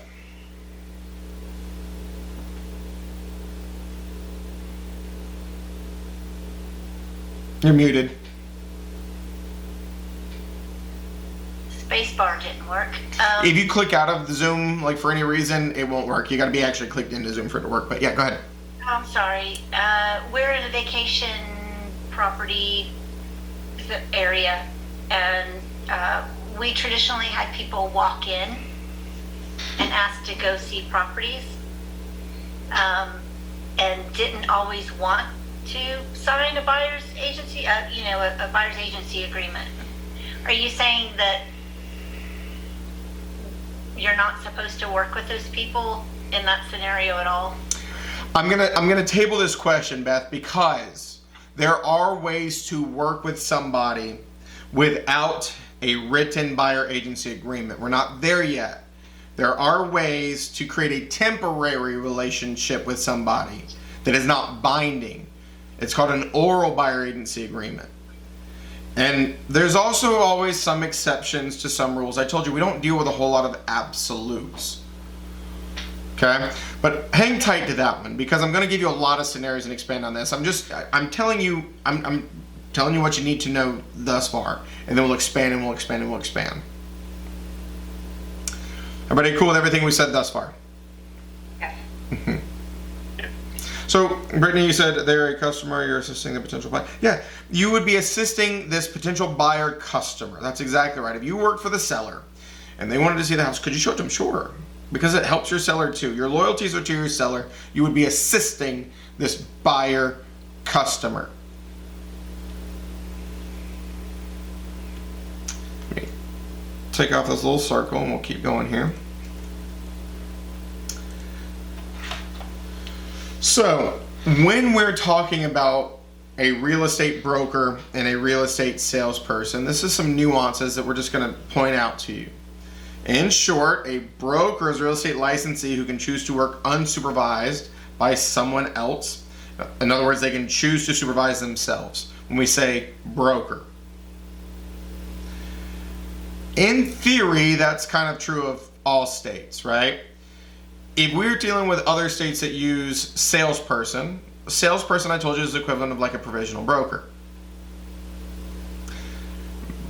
When we say broker in North Carolina, it means full broker or non-provisional broker. Those are all the same. There is a very specific way that a full broker can operate. without supervision of a broker in charge in North Carolina.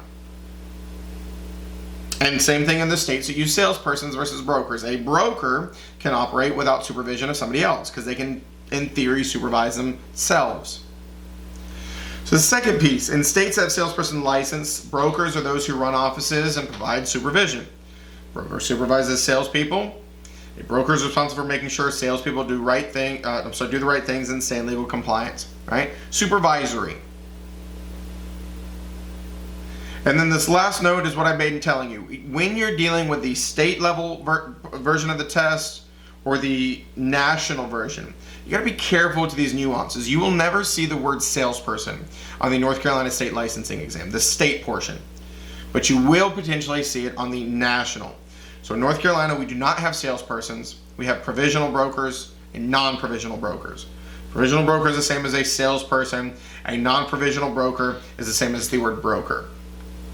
Then we also have a broker in charge, which is sometimes called a managing broker in other states. Anybody understand the little bit of nuance there in verbiage? I got a question that says there's an agreement between the buyer and the agent. Is that what you're saying, the buyer and the agent? Yes. Yes. Yeah, absolutely. There would have to be an agreement between the buyer, well,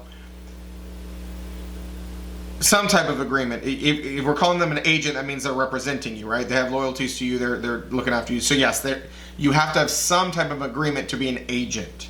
We're going to talk about when and what kinds in the future. What you got, Patrick? Paragraph 2 is a little confusing to me.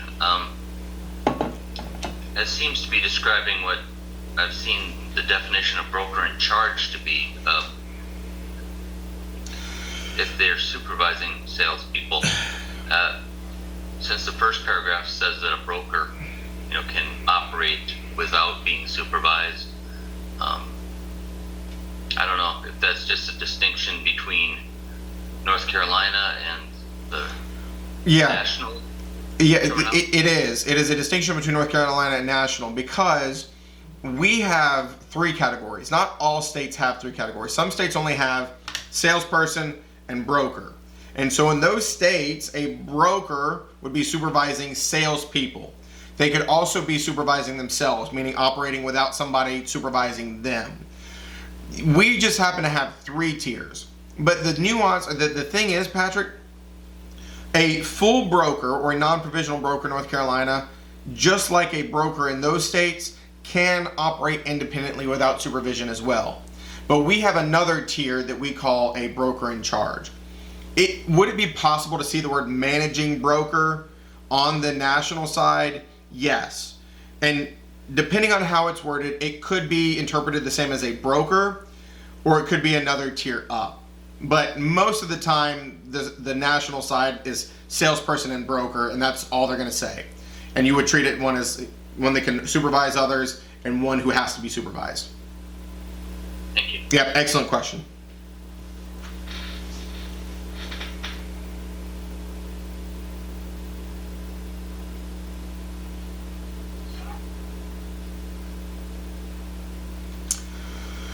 So, when we're dealing with these relationships,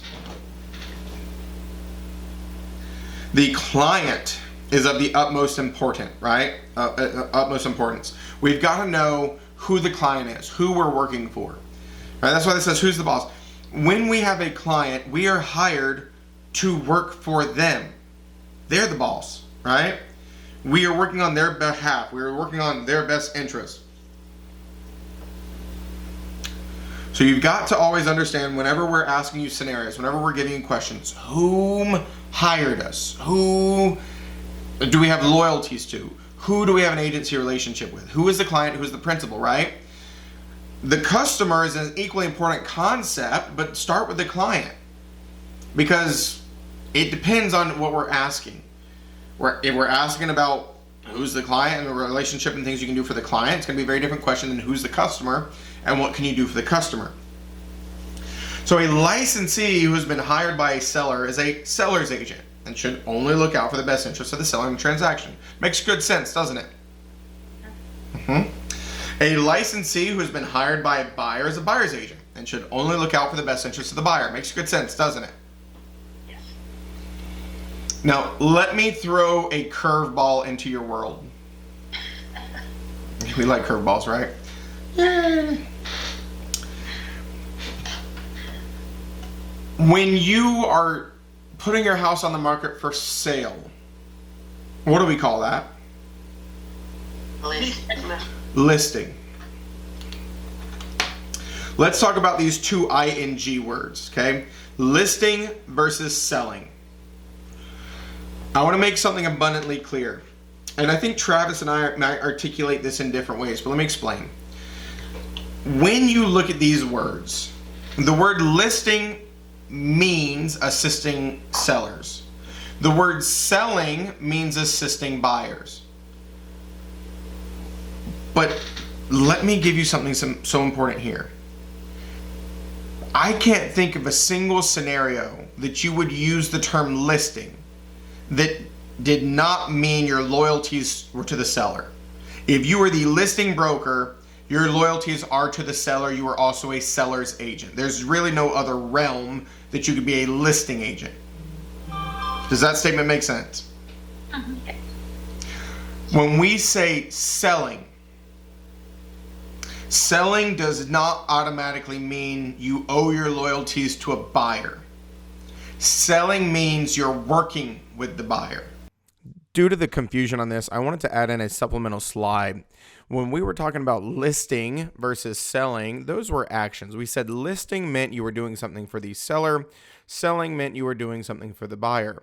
The important thing to remember is that selling never tells you who the relationship is. Selling is not a strong enough word. When we say listing agent and selling agent, they mean different things. A listing agent always represents a seller, but a selling agent does not always represent a buyer. Take a look here. Seller's agent always works for the seller and signs an listing agreement. Listing agent also works for the seller, signs a listing agreement. When we say buyer's agent, that is the name for the person who has loyalties to the buyer. Always works for the buyer and has some type of buyer agency agreement. But when we say selling agent, selling is a dangerous word. It does not tell you who you are working for, because a selling agent may be working with the buyer, showing homes to the buyer, giving information to a buyer, but they could be loyal to either the buyer or they could be loyal to the seller. So selling is the dangerous word that you need to be aware of. Could be either. I just really wanted to clarify that if you see selling, it is a dangerous word because it does not mean working for the buyer. It just means working with the buyer. So let's go back to this word agency. Agency is a relationship that exists when one party, typically a licensed professional like an attorney or us, right, as a real estate licensee or broker, is authorized to speak for and or act on behalf of another party. That party we call the client. This last piece right here, agency is always created with an agreement between the client and a real estate agent / broker / firm. Now, I'm going to remind you what I told you earlier. In this class and in questions, the relationship defaults to the firm unless we say otherwise, okay? That is a standard default that we go to. 90% of our relationships deal with a firm anyway. Most people, whether they be full broker or provisional broker, are affiliated with a firm. Even if they could act on their own, most people are affiliated with a firm. So when we deal with our relationships, it defaults to the firm, unless we use that terminology like sole proprietor or sole practitioner. Everybody okay with that statement?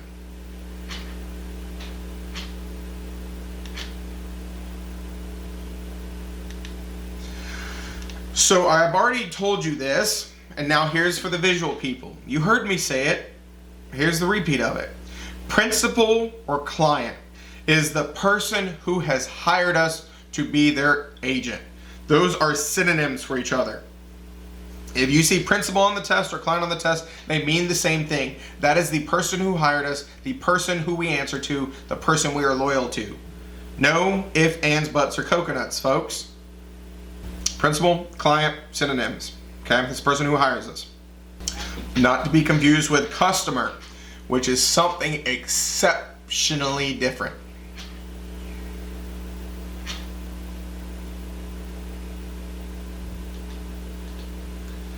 So customer is everybody else, everybody who is not our client, who is not our principal.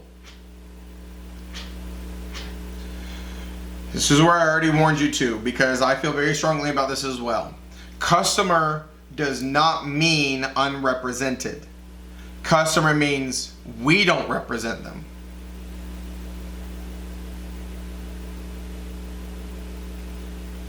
Customer is not the boss, okay? Customer is whoever we have to deal with. So go back to that word selling, right? If I'm assisting a buyer customer, that is very different than assisting a buyer client. You've got to look for those strong relationship words. So this is another important concept to go over with you folks for a few reasons. Fiduciary brokerage, right? Fiduciary is a word that we've already utilized a couple times. Some of you have said it, okay? It is a funny word, but it is an important word, okay? A fiduciary is somebody in a position of trust. Somebody who is definitely looking out for your best interest. Fiduciary brokerage is what we practice in North Carolina. Not to be confused with what we call transactional brokerage. This second piece down here, transactional brokerage, says a brokerage relationship where the licensees do not represent either the buyer or the seller. This is not possible in North Carolina. Remember what I told you. In North Carolina, you either represent the buyer or the seller or both. There's no other option. You agree?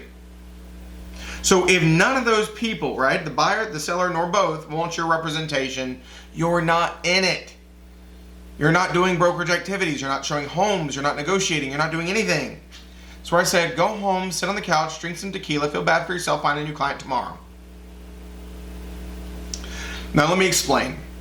In other states, and so you will see this terminology more often more likely on the national side of the test. Transactional brokerage is practiced in a lot of states where they have loyalties to nobody. They're literally paper pushers. Hey, yo, you want to buy this house? You want to sell this house? Here's some paperwork. I'm like, well, what should I offer? I don't give a shit, just do it. So I was like, what should I accept? I don't give a shit, just do it. All right? You don't care. You're not there to help them. It's, here's some paper, y'all figure it out. Everybody understand this? You're not looking out for their best interest. You don't really care who gets a good deal, who gets a bad deal. It's, here's the paperwork. Let's figure this out. You're a mediator, right? You have loyalties to nobody. Well, let me give you kind of a squirrely question that may confuse you even more, but it'll at least provoke some thoughts leading into tomorrow's discussions. Well, I told you, what are your options for representation? We don't do transactional brokerage, we only do fiduciary brokerage. So who are your options for representing people? Like, how can you represent people in North Carolina? Seller, buyer, or both. Seller, buyer, or both. Well, Eric, how does both work? What do you think that looks like? You have to disclose to both parties that you are acting as both the seller's agent and the buyer's agent. Mm-hmm. You do. And we're going to talk about those rules, okay?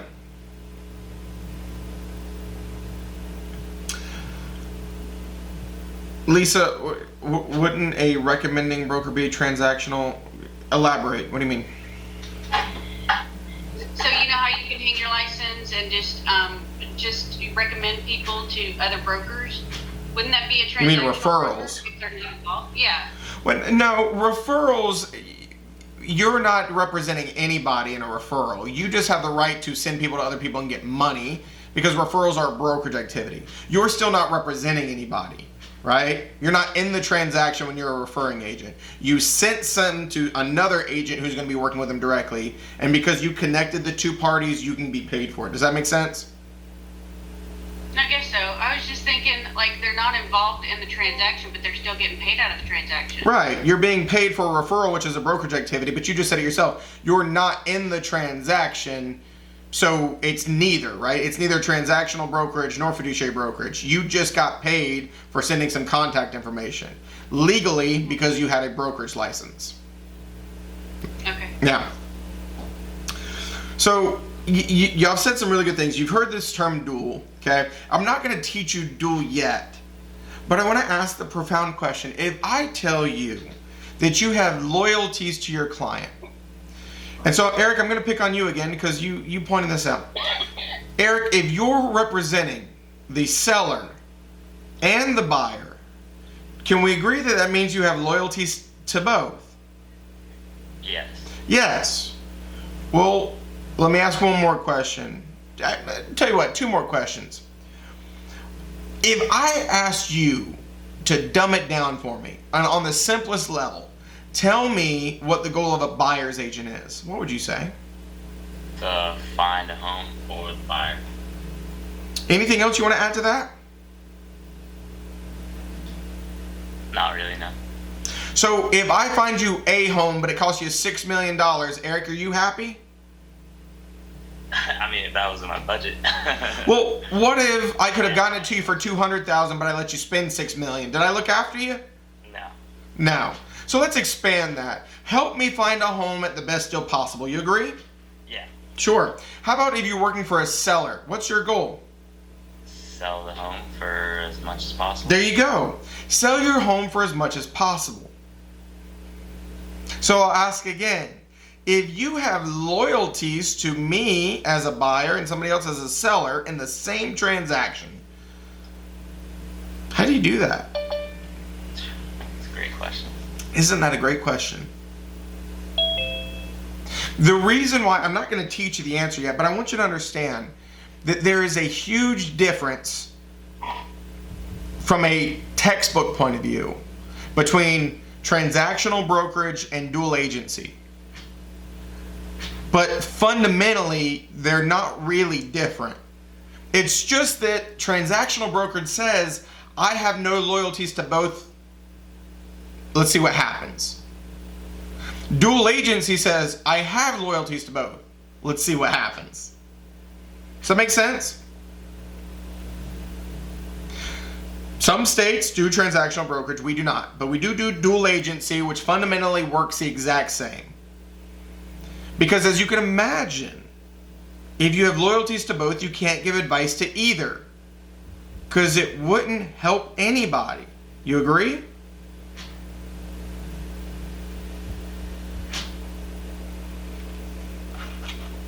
So fiduciary brokerage is what we practice in North Carolina. Transactional brokerage is something you would see on your national test. Loyalties to nobody, you are a paper pusher, you are a mediator, right? Just trying to make the deal happen. Okay?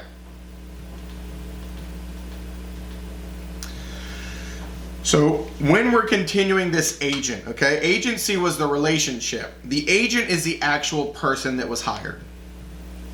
Says who the client hires to represent them. Most often clients hire real estate firms, not brokers / agents directly. So this goes back to that default that I told you about from the test taking point of view. If we say that Kelly works for ABC Realty and signed a buyer agency agreement with Brandy. Brandy hired ABC Realty. ABC Realty is the agent. Does everybody understand that statement? Okay. Well, look at this second word here. You've heard me say it. And I'm going to explain why this word can be confusing as well. Subagent literally means the agent of the agent. Do you think Tom Cruise has an agent who helped him get buttloads of money from Maverick 2? Or Top Gun 2, I'm sorry, not Maverick, that's his name. Top Gun 2. Yeah, of course he does. Do you think that Tom Cruise's agent probably has an assistant? Of course. Do you think that Tom Cruise's agent's assistant also wants the best for Tom Cruise? Yes. So now let's translate that to you. If Kelly works for ABC and Brandy hired Kelly, well, she actually hired ABC. So Brandy's agent is ABC Realty, but Kelly works for ABC. So Kelly is quite literally a sub-agent of ABC. So Kelly is loyal to ABC, ABC is loyal to Brandy, ergo, Kelly is loyal to Brandy. Does that statement make sense? Yes. That is a sub-agent. Sub-agent literally means agent of the agent. And in the default relationship, if there is a firm, the firm is the agent and any licensees would be sub-agents of the firm. Well, Nashai, not necessarily like an assistant, because here's the crazy thing about real estate. When Brandy hired ABC and Kelly, Brandy will be working with Kelly day in and day out. So even though she's working with Kelly day in and day out, it's just the way that we have to kind of call it. The firm is kind of the top dog, and you're a member of the firm. Even though Brandy's not going to be working with the firm manager, she's not going to be working with the firm owner. The only person that she realistically will probably ever have interaction with is Kelly. But we still call the firm the agent. So it's not really an assistant, it's just titles. Understand this is vocabulary, so you can understand how we have to perceive these in questions.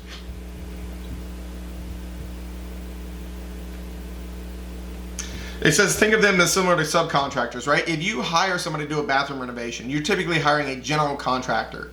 Folks, general contractors are not the ones doing the work. General contractors oversee the work. So if you're doing a bathroom remodel, they're going to have a demo guy come in. They're going to have an electrical guy come in. They're going to have a tile guy come in, right? They're overseeing all these supplemental people that are trying to get the same job done. Does that make sense? Now, for us, there's no subcontractors. It's, well, you hired the firm, and anybody within the firm could be assisting you. But it's probably going to be Kelly more often than not, right? Because she's the one that you hired directly. Britt says sub-agents are the other brokers in the firm. Yes, absolutely. So let's say that every single one of you, except for Brandy, works for ABC Realty, just like Kelly.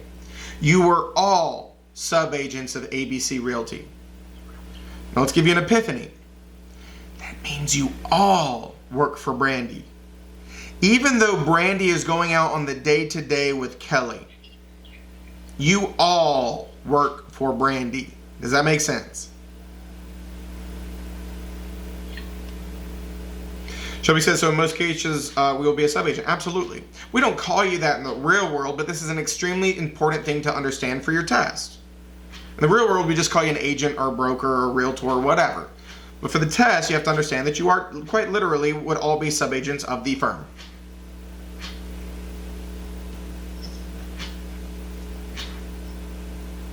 There you go, Beth. All owe loyalty to the seller of the firm's listing, unless hired by the buyer. And that's when we get into that dual agency concept, which is coming up. Okay? Hang tight. We're not ready for dual agency yet. Lord bless, we had a revolt when I tried to explain selling. We're not ready for dual agency yet, right? Baby steps. Baby steps. Okay? We'll get there. Like Minions to Gru. Exactly like that. Just don't come to work naked, set off any rockets, or eat bananas all the time. People are going to get weirded out. Okay? But otherwise, exactly like that. You can talk your own language. People just think you're crazy. But you got to be a little bit to be a real estate agent. It's fine.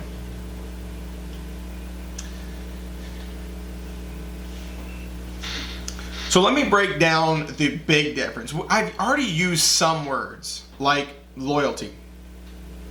But there's a concept that we're going to get into, and probably not get much further than this for the rest of the day. When we're dealing with clients versus customers, right? I told you they're so vastly different, and I can't stress this enough. This is one of the most testable differentiations you have to understand. I told you that we're not looking after customers. Whatever happens to them, right? So customers never hired a real estate professional, never hired let me clarify that, the real estate professional, meaning you. Because I told you, a customer to you could be somebody else's client. You agree? So they never hired you, so that's why we're a customer to you. And so if they have not hired us, if they are not our client, our principal, our person, I told you we're going to take them to the cleaners, and I stand by that.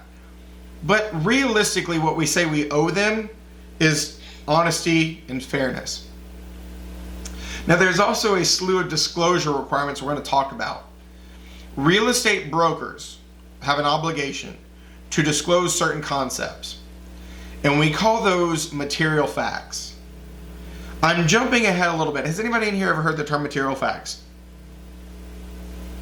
A couple of you. Yes. Let me give you my definition of material facts just to live with until we get to that section. A material fact is anything that, when disclosed, could change the outlook of a consumer in completing a real estate transaction. That's it.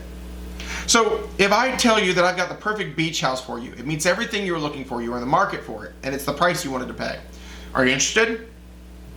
Yes. Probably. Yes.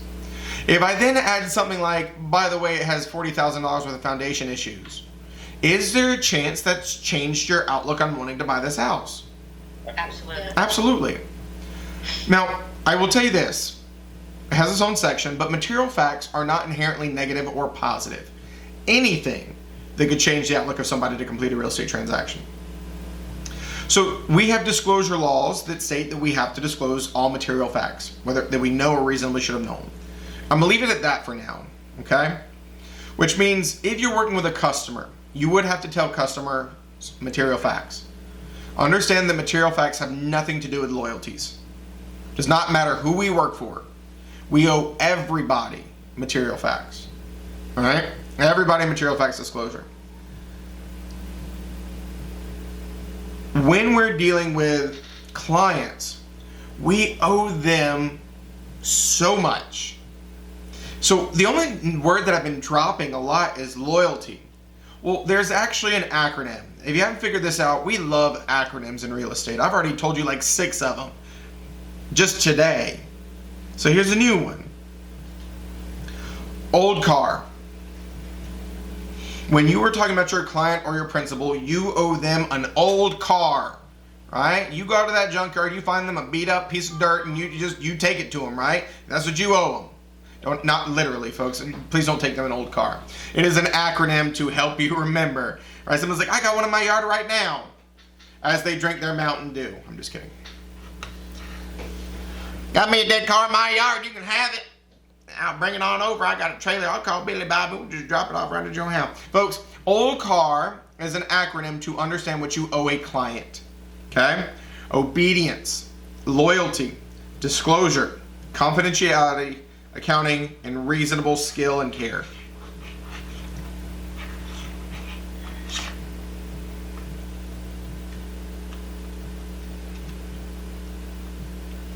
But let me ask you a question. What does obedience mean? Do what they ask you to do. Do what they ask you to do. Unless it's illegal. Unless it's illegal. There you go. Y'all beat me to the learning point here, right? Folks, if they say jump, you say how high. If they say go rob a bank, you say no thank you, okay? Exactly. There we go. Obedience means follow their lawful, willful instructions. And I say follow their lawful, willful instructions. If it breaks any of the license law and commission rules that I will teach you, you're not going to do that either. So for example, let's go back to material facts for a second. If a seller is listing their home for sale and they know that their roof leaks and they tell you, well, do you think that's something that a buyer, it may or may not change their outlook on buying the house? Yes. So based on what I taught you so far, do you think that would make a leaky roof a material fact? Yeah. Yes. And it is so important for you to understand that a broker owes material facts disclosure to everyone all the time. Okay? So here's my question. If you're working with a seller. They hire you to list their home, but they say, I do not want you to tell anybody that my roof leaks. Do you think that is a lawful, willful instruction? No. No. They're asking you to violate the laws, and you can't do that. So what would you do? You would tell them, I can't comply with that. That's a violation of license law. So please understand that I would have to disclose to the public that your roof leaks, or you're welcome to hire a different real estate broker. It's not going to be me. Everybody understand that? Yes. Okay. So that's obedience. Lawful, willful instructions. Loyalty is pretty straightforward. They are our people. We are looking out for their best interest. Okay? We are loyal to them. What you got, Ann? Can you give an example that might be not obvious to us of something that a potential seller could confide that isn't a material fact? Something, I mean, I know obviously if they say, well, we take less money, we wouldn't share that, but what's something that we could hold in confidence that might be surprising? That we could hold in confidence that might be surprising. This is a very oddly specific one, and it'll make more sense down the road when we talk about material facts. But please understand that if your seller was going through a foreclosure or a short sale, that would be a material fact. However, Ann, how about this? I've missed my past 2 mortgage payments. That's not something you would have to disclose to the public, because if they're set to make a decent amount of money, that can just be fixed with the bank. You can pay off the back owed payments plus any lost interest. So being behind on a payment, not a material fact. Being in pre-foreclosure is a material fact. Does that make sense? Yeah.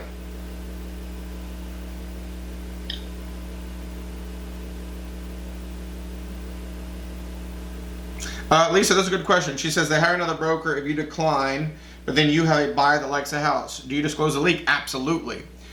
Material facts have their own section, but when we're dealing with material facts, just so we're on the same page, you owe it to everybody. Customer, client, doesn't matter. So a buyer comes along and you're a listing agent. They want to know if the roof leaks. You say yes. You work with a new buyer. You're a buyer's agent. They want to know if the roof leaks. You say yeah. And it's not even they have to ask. When we get into these material facts disclosure laws, that's an automatic thing. Okay? Can the agent be punished for not disclosing roof leak? Absolutely. The material facts is a huge thing that you can get in big trouble for that we're going to talk about throughout this class. Go ahead. What you got? It wasn't related to a roof leak. Just a quick thing. So, like, we were first-time home buyers a while back, 5 years ago, right? And later on, when my boyfriend became a buyer, he went back and looked at some notes. So it's a brand new construction, and some things were not disclosed to us, which our agent that we had, like, relationship with, did not disclose to us, because it was a difference between paying a full price. So if you bring someone to the table with a full price and we paid a full price, then we were supposed to get like a bunch of things free. But if we negotiate, then we get some other things free. She never disclosed that little deal because she got more in commissions. The short answer is that was a violation of disclosures. Especially, here's the thing. There's 2 rules that could potentially have broken. Number 1, it could have been a material facts, depending on the exact details that I'm not aware of, right? But just speculatively. The other thing is, anytime you are set to make more compensation than what you initially agreed upon with your client, you would have to disclose it to them in writing. So that's another rule that was potentially not done. So that's all I'm going to say about that, Natalia, because remember, you got to focus on the class and how it's going to test. But short answer is, yeah, could they have done something wrong? Potentially. But also, could they have also put the paperwork somewhere in the pile of things that you were listing and you signed a written disclosure without remembering that you signed it? It's possible. Right? Sometimes we don't read everything to our clients because there's 16 pages. So we'll say, sign this and let us know if you have any questions. So could there have been something in there that you agreed to and you don't even remember? Yeah. So I would look through all it happens. It does. So if you're positive it's not in there, do what you want with that information. But I would look back at your paperwork in great detail before you call it the commission or anything like that. Just for clarification, I got a couple comments about haunted, and I think you are both trying to say the same thing. In North Carolina, there are certain things that we do not consider material facts. And please understand, this is going to have its own section. This is just that mini lesson that I was talking about. Being haunted, presumably haunted, because some people don't believe in that, is not a material fact in North Carolina. Okay, not a material fact.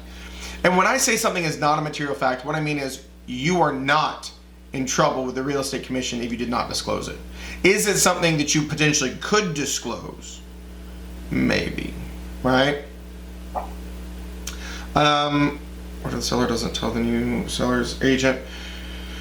Lisa, what if the seller doesn't tell the new seller's agent, listing agent about the roof leak? Well, the reality of these material facts discussions is if you know or reasonably should have known, then you had an obligation to disclose. If there's no signs of any water damage or anything on the ceiling, is there any way for the new agent to know? Not really.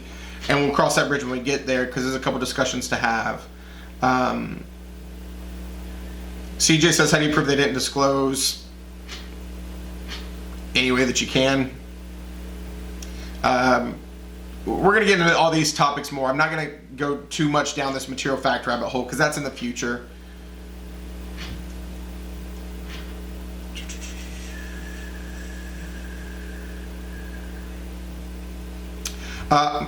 Miley says, can you still call the commission? It's been so many years. It depends on what it is, right? I mean, there is some things that there's a statute of limitations on in regard to like civil suits. The Real Estate Commission may or may not care after some amount of time. I couldn't tell you if they have their own internal statute of limitations. I've never seen anything in their license law and commission rule book. Yeah.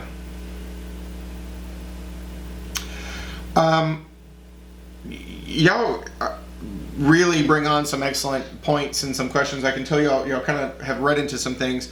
Gene says new construction is different from previously occupied for disclosure. That's absolutely right for what we call the Residential Property Disclosure Act. There you go, Douglas, baby steps. But not for what the agent's obligations were. Agent obligations are not different for no matter what it is, but the seller's obligations differ between new construction and resale under certain things, absolutely. Folks, here's the deal. You got 7 minutes left, all right? Yay us. Amazing first day, okay? I think we're going to have a lot of fun together. Y'all are a very sharp bunch, and I'm very much looking forward to our time.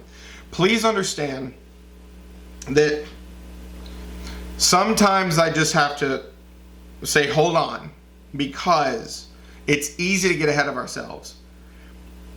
Especially if you're working ahead, especially if you're reading ahead. And so you're asking great questions. Please don't misunderstand me saying hold on for being rude.